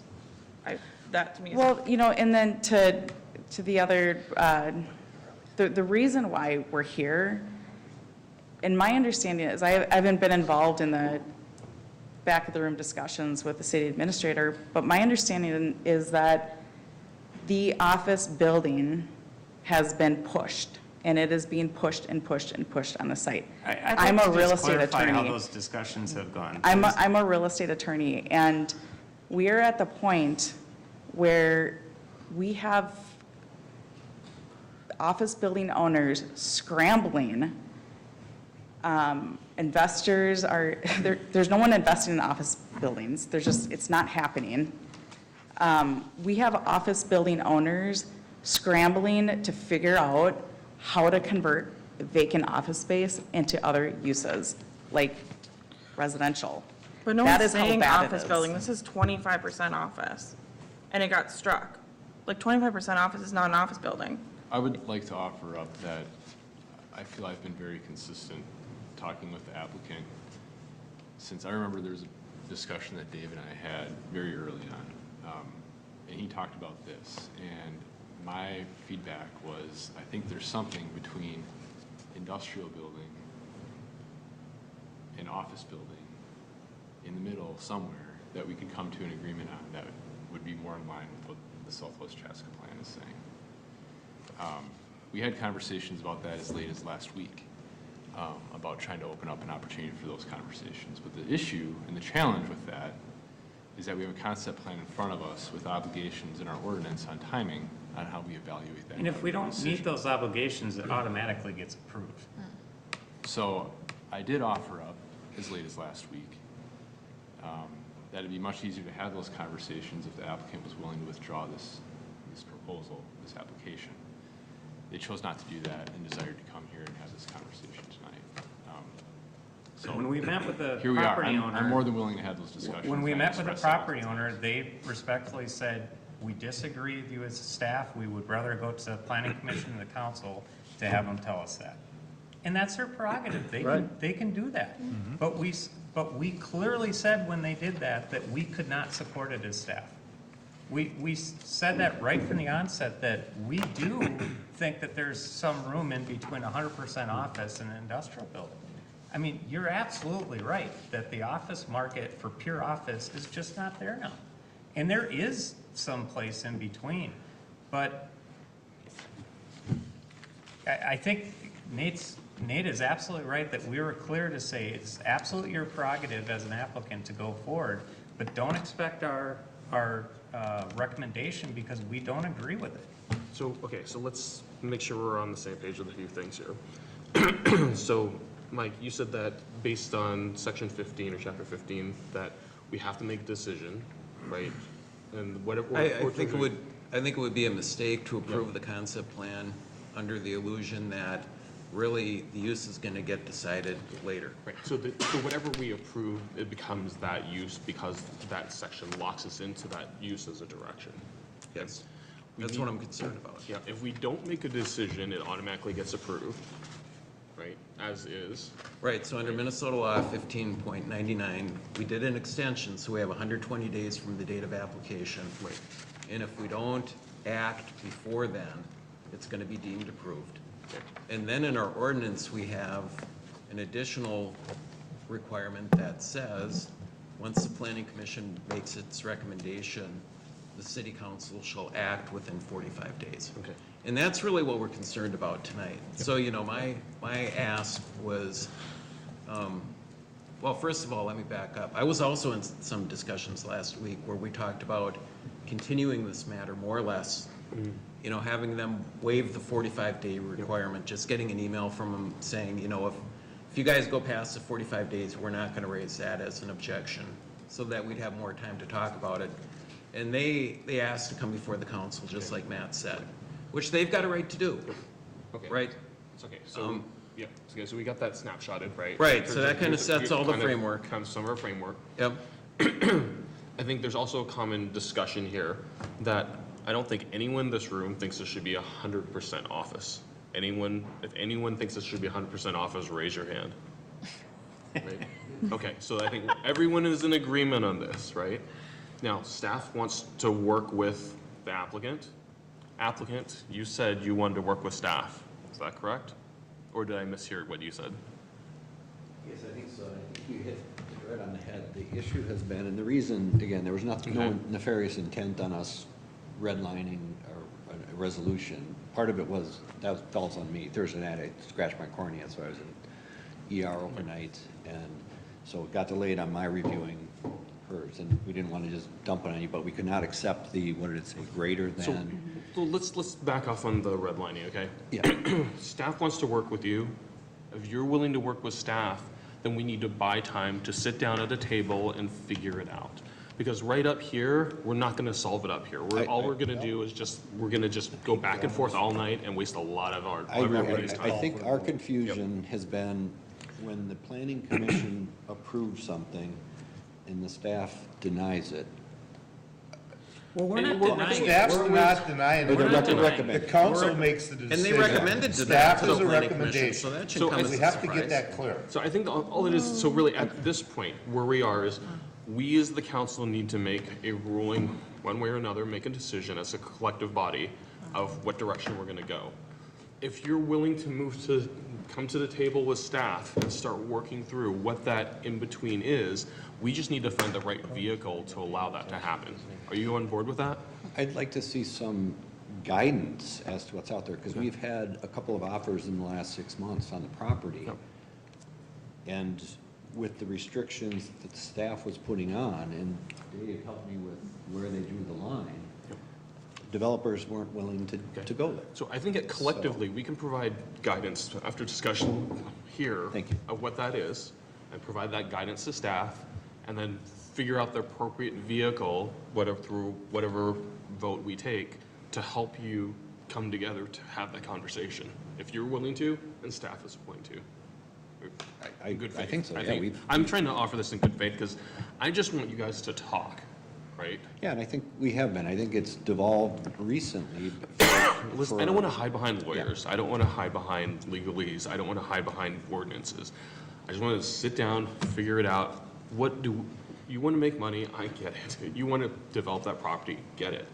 Well, we want to be able to support the tax base, and I don't know if we can support the taxes on the property much longer if we we want don't you to have be able to some support your taxes on the property. We totally do, okay? It's in our best interest as well. Exactly. So we have a mutual interest. Right, we do. And believe me, I think it's important to help develop everything, develop it for the best of the community. You need to make money, totally get that. I want to support you guys being profitable. But let's figure out how we can have a constructive conversation, okay? So that's it, Mr. Mayor. I'm going to hand it back to you in terms of, I think we need to facilitate do we have some suggestions on what the best vehicle is to allow them to have a conversation? Well, we have two motions in front of us. We could make one moves it forward, and one says we go to the drawing board. Staff is never going to say, let's not have a conversation. Right. We always want to have a conversation. Right. And again, to Nate's point, Nate, has clearly said that we want to talk about how we come up with that compromise. So that's our intent. I mean, from staff's perspective, that's what we want to accomplish. And whatever direction we get from council, it's our job to make sure that we implement that. I think that the challenge we have tonight is that given the fact that we have an open application in front of us, a decision has to be made. And once that decision's made, we'll go and we'll do whatever. I mean, if it's a decision to move forward with what's being approved, then we have to go forward and we have to do that. If it's not, then we have to come forward and come up, with a solution. But our ultimate goal is all the same. We want to see this develop successfully. Okay, so Mr. Trinda, let me ask you a question. Sure. When you say you're looking for guidance from us, you're looking for guidance on what are some options that you can develop onto that property? No, more specifically, I'd say right now, the only thing that is being built is the distribution type, the multi-purpose. Okay. I mean, it could be, there's 10 bays and 5 of them might be for one organization, another one might be and there's a lot of onshoring of light manufacturing going on. That's the type of thing that's being built. And I think what caught us by surprise was this, and I wasn't at the meeting that this office concept came up, but I think my understanding was, and this is through people that were there, was that office was all they were hearing, or that there was a minimum of 50% office warehouse mix, and it's just not viable. So what I'd like guidance on is if we have an offer for a 15 to 20% office, industrial, mixed use, nice representation from the highway, we can, there's certain things that can be done for screening. But that to me But I think this is an important distinction because what he's describing is what you have in front of you right now. I agree. I think because that's what we have in front of us. If that's the direction you're okay with, then you should just approve this. Right, because I was going to say, you've struck the 25%, and we're saying we'd like to see more office time. Yeah. And you go to the screening, you struck the screening.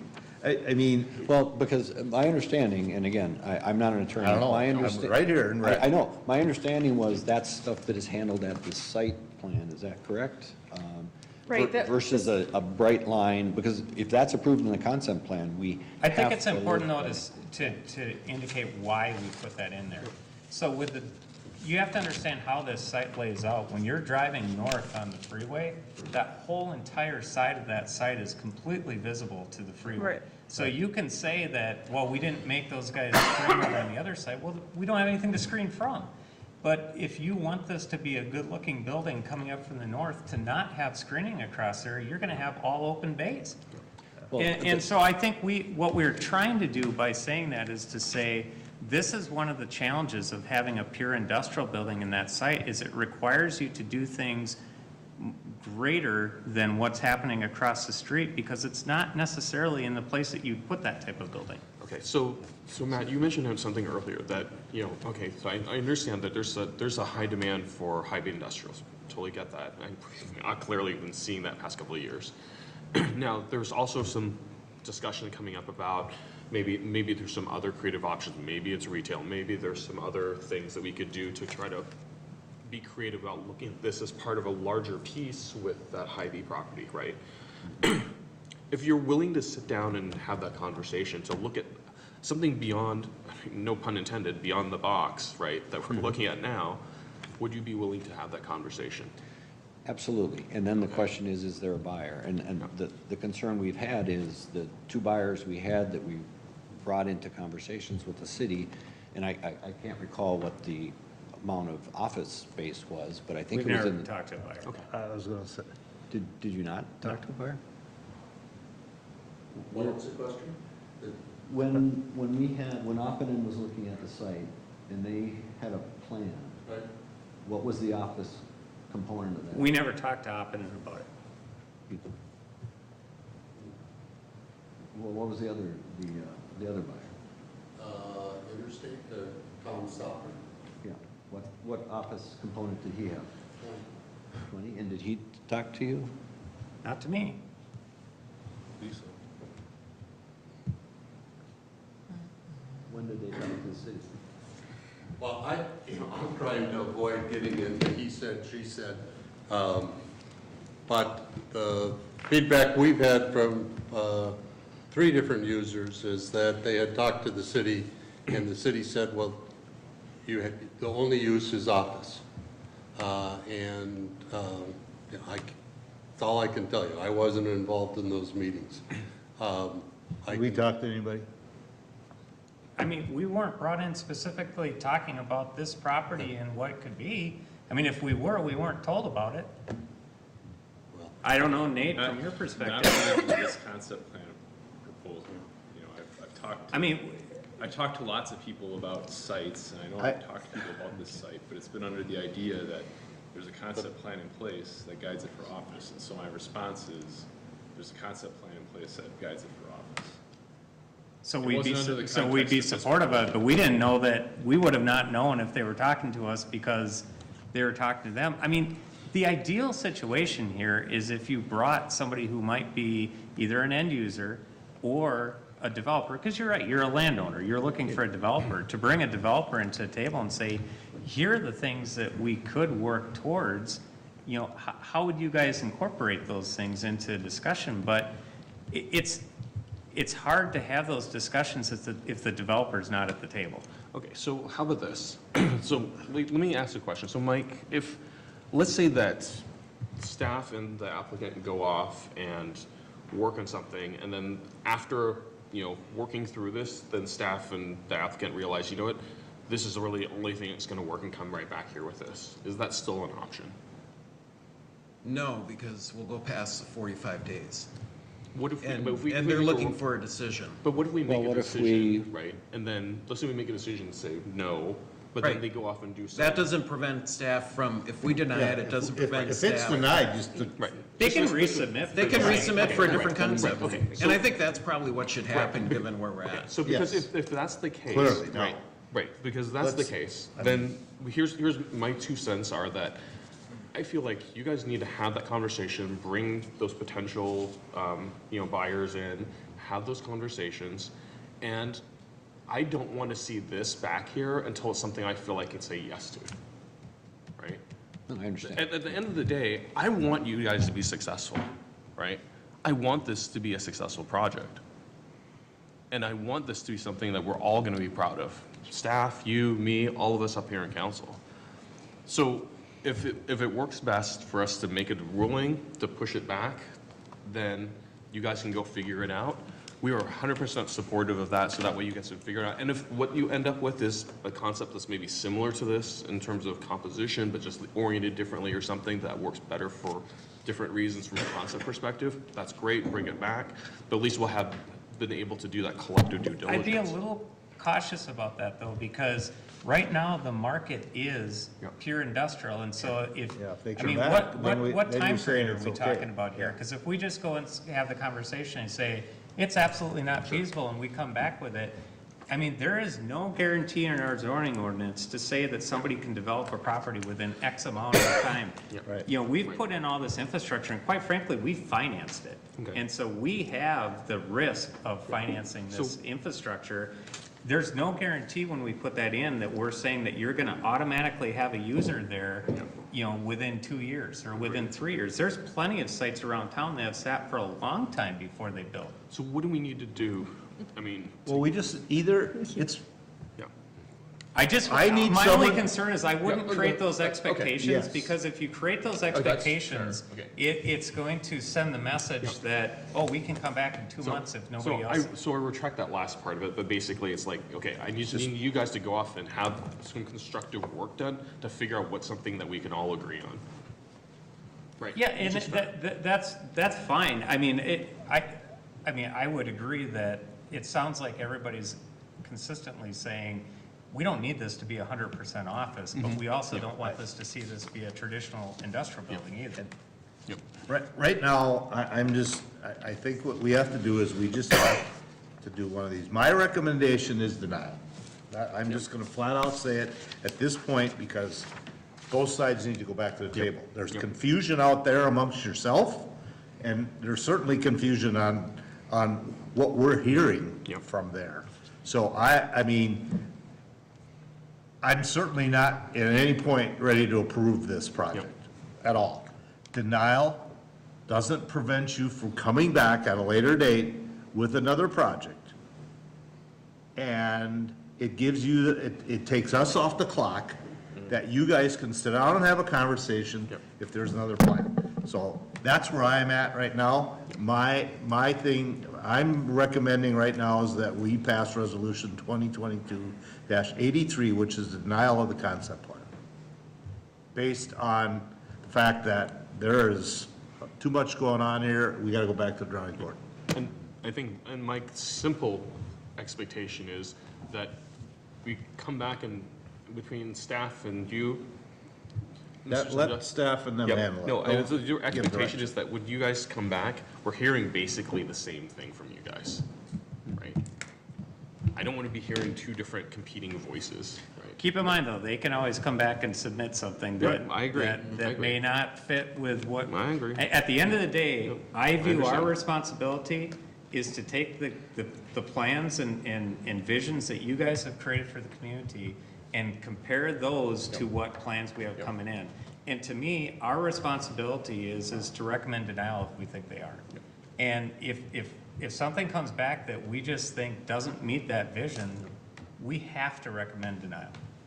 But I don't think they have a right to submit it. Absolutely, they have every right to right. submit. But the only reason I say that is that I think it's really important that when we have the discussion to understand that we may not come to a consensus. And if we don't, they have every right to come back in front of you again, but you may hear us say again that we think that our recommendation be denial. But again, staff don't make these decisions. At the end of the day, council gets to make the decision. We just make the recommendation. If I could just make a point, though, I think something that's clearly going on, and you say we have a right to resubmit, and I think if you look at what's happened here, the staff, when we talked to the planning commission, they approved and the staff denied. There was you said it earlier, there's a lot of confusion going on.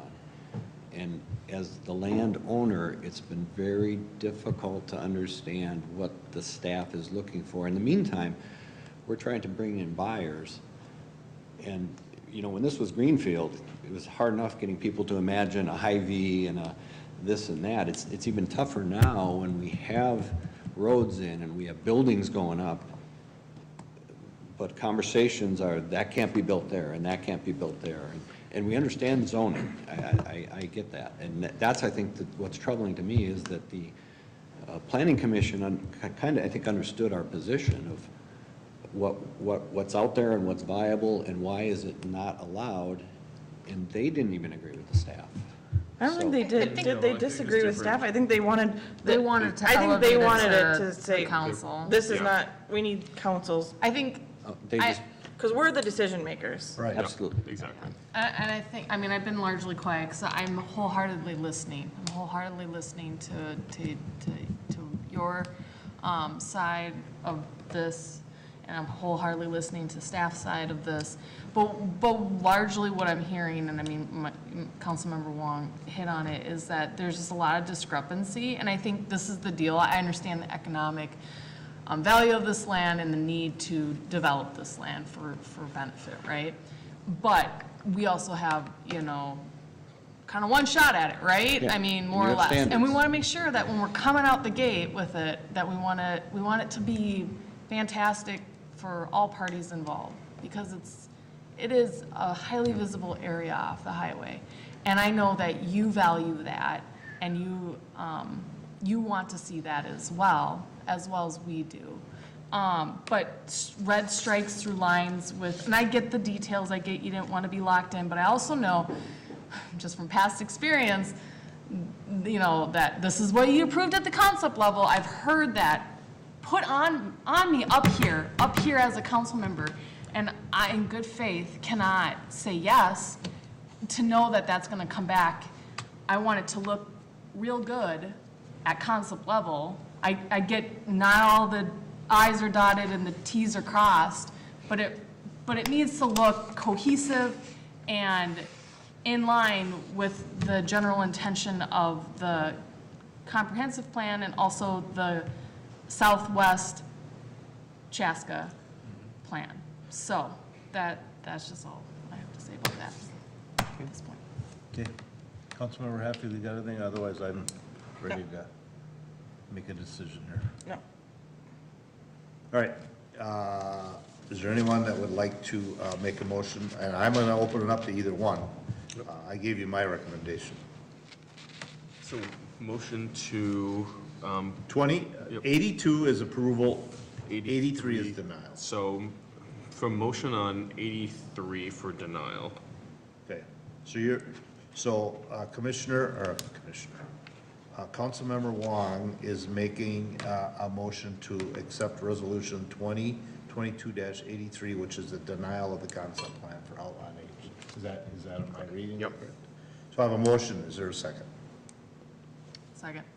Second by Councilmember Hubbard. Discussion. Hearing none, all in favor signify by saying aye.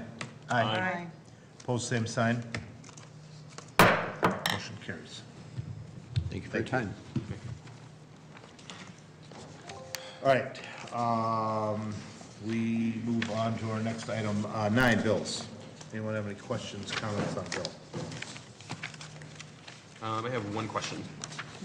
On page 11, there's Hartman Companies for shade tree program. How do we determine how many trees we get? So we actually have people pre-order this. So we actually have them pay pre-order.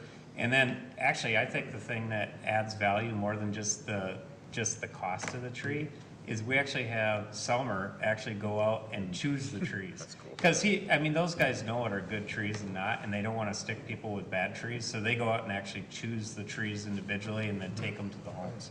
That's cool. I think it's a really cool program. We used it. That's been around for as long as I've been in the city. Yeah. I planted 2 spruce trees at my old house, I planted a big maple tree in the front yard, so it's a great program. So, and when does that program, when did we ask for the? Springtime. Yeah, it's usually, I think, March. I think it's late March. I that we think ask you for order, the and then the trees, they come out late April when it's warmed up. Because, I always seem to miss that when it comes out. I know it must have been the weekend after Christmas in May, because I remember being sore when I planted the trees. I have lots of shade trees available in my backyard as well. They're very mature, though. Yeah. Probably cost $2,000 to move them. But But that's the only question. you're welcome to them. All right, anyone else? Otherwise, a motion to pay the bills. So moved. Motion by Councilmember Wong, Second. second by Councilmember Hatfield to pay the bills. Discussion. Hearing none, Lisa, we call roll, please. Councilmember Hatfield? Yes. Councilmember Hubbard? Yes. Councilmember Wong? Aye. Mayor Winchell? Aye. Is that gentleman out there waiting for the elevator? Is he just here for the elevator? Can we send him home? Yeah, we could send him home. Elroy, would you tell that guy he can go home? Thank you. I see him and then he disappears and I keep thinking. is I he think he's just waiting downstairs, like, No, go back up. because he has to take him over to the other room if somebody Which we needs the did have one elevator. person need it, so it's good they were here. Yeah, it's good, yeah, but But I'm they- just saying, they- I I think didn't he know they just was. provided that. Oh, What if I yeah, break my that leg? Brian wanted to make sure if we had somebody that we could take. Which was good, which because is someone did awesome. need it. I'm glad we did. So, all right, we're into other business. Councilmember Wong. Let's see, so they had the community center master plan open house. I heard that it was really good turnout. I wasn't able to make it because I had a Somebody said conflict. 100 some people? Well, there was 140. 148 people that signed up, and each person came with, I don't know, a few family members, so. Yeah, Did we get good feedback? well, I will talk about it Oh. in a second. Never mind. Are you done yet, Mr. Wong? I got somebody pretty busy wanting to talk over here. Only two things. I'll hurry through them. And then Thursday, July 21st is from 5:30 to 8:30 at Veterans Park is Picnic with the Police. Free food, free dinner, raffle What and day drawings. is that? What day is it? Thursday, July 21st. Okay. It's Picnic with the Police. And then Tuesday, August 2nd is 19 night. So if you haven't started already, start planning those parties. Let the Chaska PD know. What day And did you say that is? August what? 2nd. second. It's August 2nd. Oh, That one I knew, the other one I I bet didn't. we put a wrong date in. Yep, so start planning those parties. We're looking forward to seeing people. That's all I got. All right. Is there anybody who wants to talk about the community center? Well, now that you mention it. Well, let her rip. Yeah, so we had the open house for the community center, the task force. The way it was set up was that we had various stations kind of planted around the main level of the community center. So folks would sign in and then walk down to like where the small gym, upper gym is, and then over by the ice arena. And so in each station, they kind of contributed different types of input, whether it was geographic, where do you live, or what areas do you use at the community center, you know, dots on a map.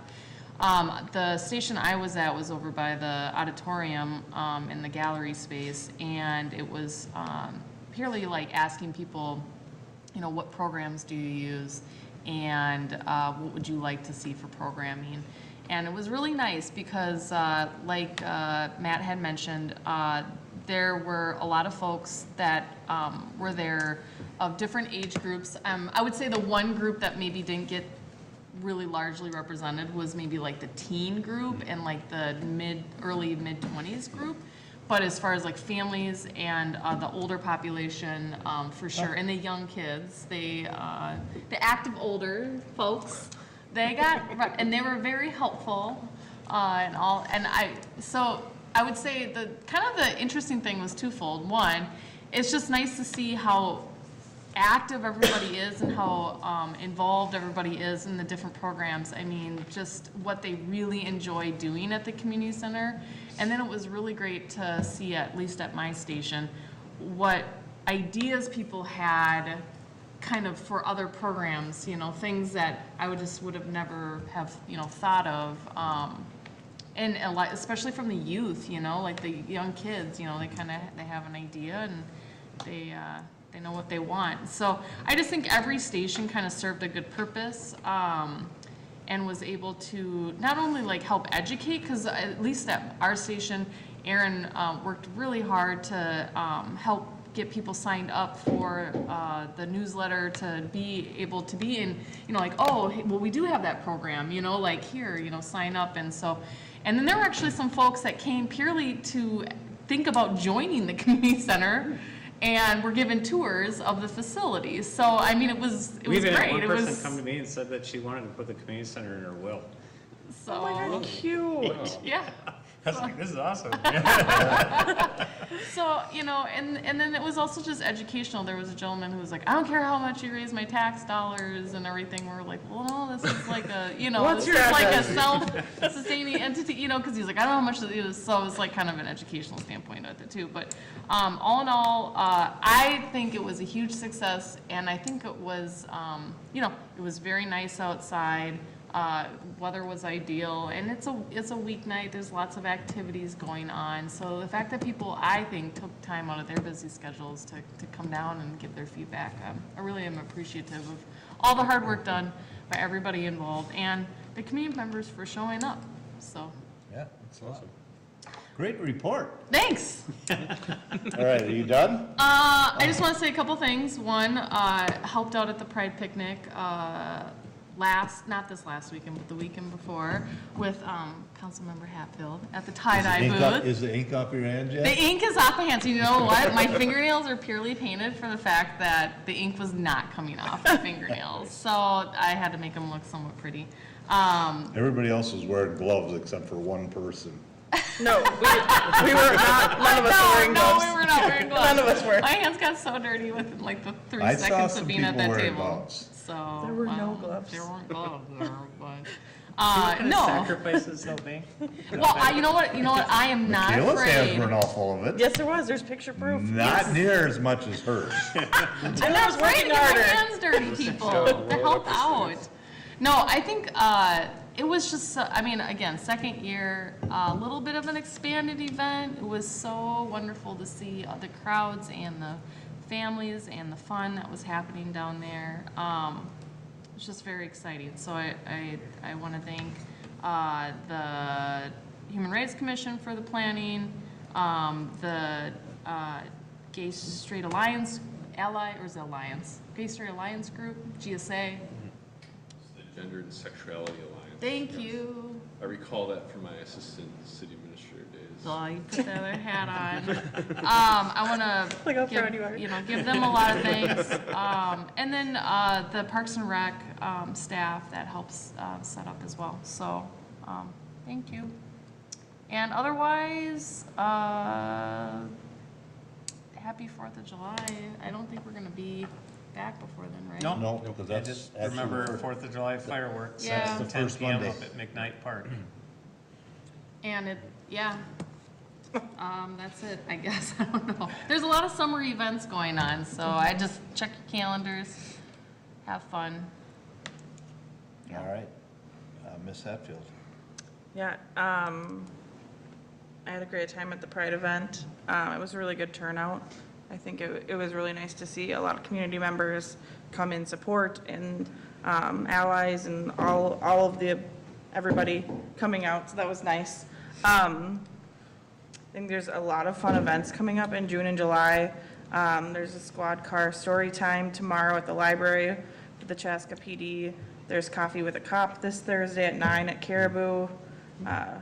Cones with a Cop there's 2?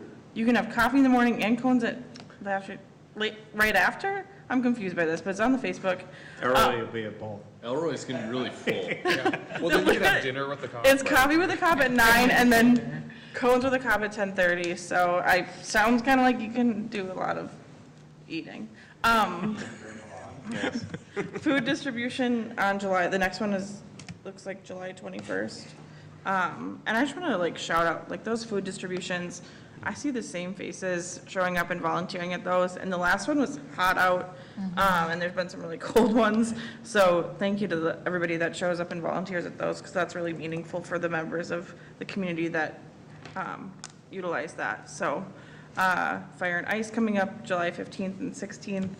The community center, if you go to their Facebook, it's jam-packed with all the things that are happening. So definitely recommend going there, because I won't read them all.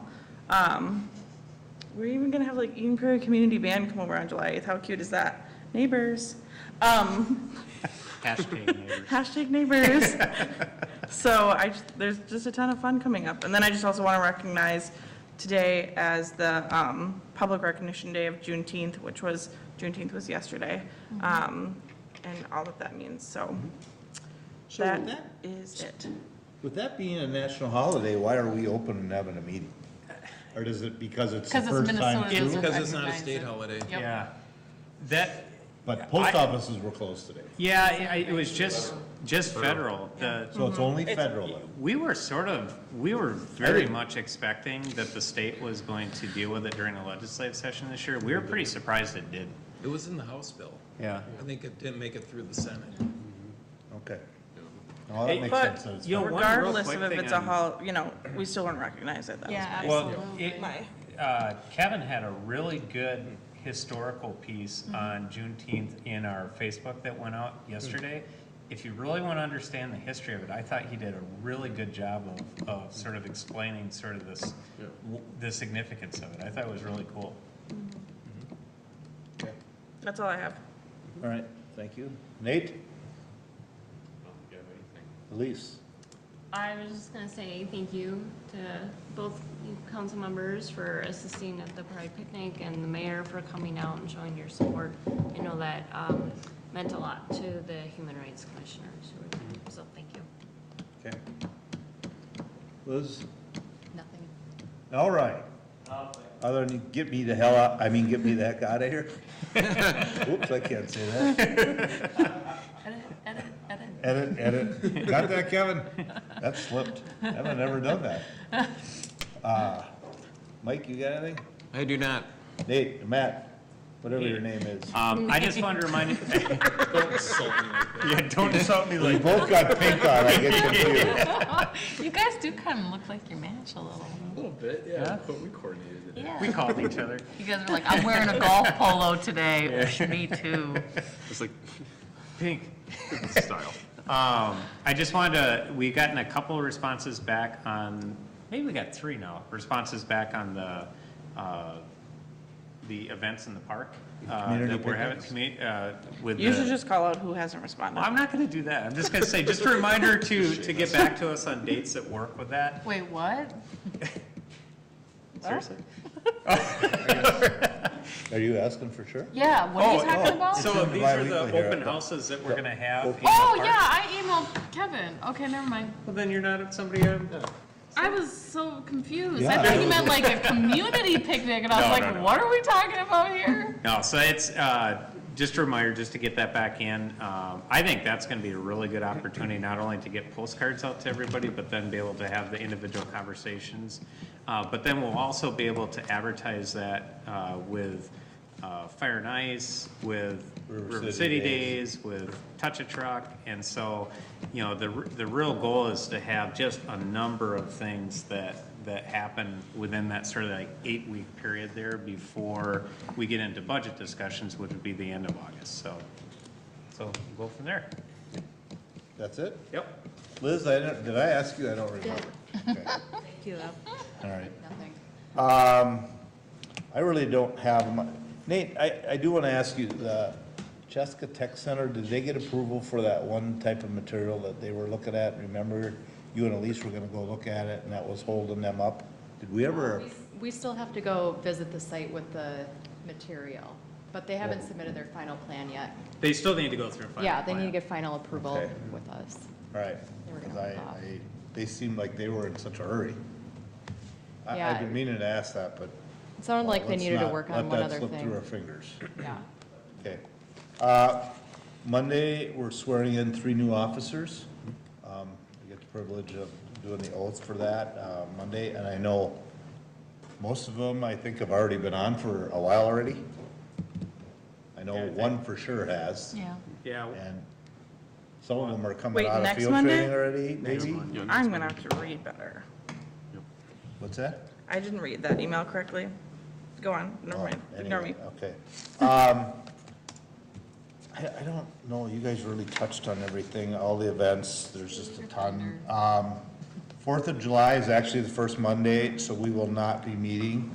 So July, we'll do the January, February thing where we do back-to-back. So it'll be 11th and 18th. Then August, we go Well, into actually, we'll have 3. Oh, wait, no, that's August. Never mind. Yep. August, then we have 3 of them. Yeah. Because we have 5 Mondays, and the 5th one is a work session as of now. Could turn into a council meeting if we have to get something approved. If it was, it'd be really short, just to. Right, approval of Approvals. something. Yeah. I'm just looking at the bi-weekly if there's anything. It's kind of cool reading about the Miracle Field, that we're getting closer and closer.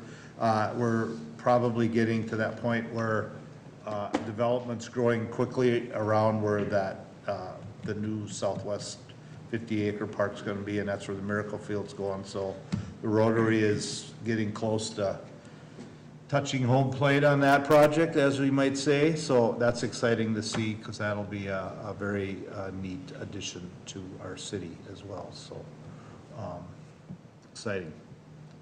And then master, we already talked about that. And building open houses, so anybody that's a little confused on that is we're gonna have those basically an open house in each ward and invite people in, basically the same thing to show them, that would be showing them boards and whatever, and have a more ability to talk more on one-on-one on what's we're proposing. And create some programmed activities for their kids so they don't have to watch them. Exactly. So we'll have I parking. still think we should build the like Lego thing and try to figure out how they can get the cars Oh, get the out. cars through? Yeah. I'm working I think on they that. should be, So there was a good Elise is working suggestion on it. is Yeah. if you want to see how difficult it is to get a vehicle into the public works, create one of those boards where you have to figure out how to back a car. into yeah, like the public buy works. Hot Wheels or something Yeah. like Oh, that, you know? Yeah. Like related kid activities to, you know, our current situation. Yeah. But we're gonna have rec staff there that will not only have the wagon, but they'll also be doing some games and stuff like that, so. All right, I think that's all I have. Last call, if not, I'd entertain a motion to adjourn. Motion to adjourn. Motion by Councilmember Hatfield, second by Councilmember Wong. All in favor signify by saying aye. Aye. Post same sign. We are adjourned. Thanks. Good night.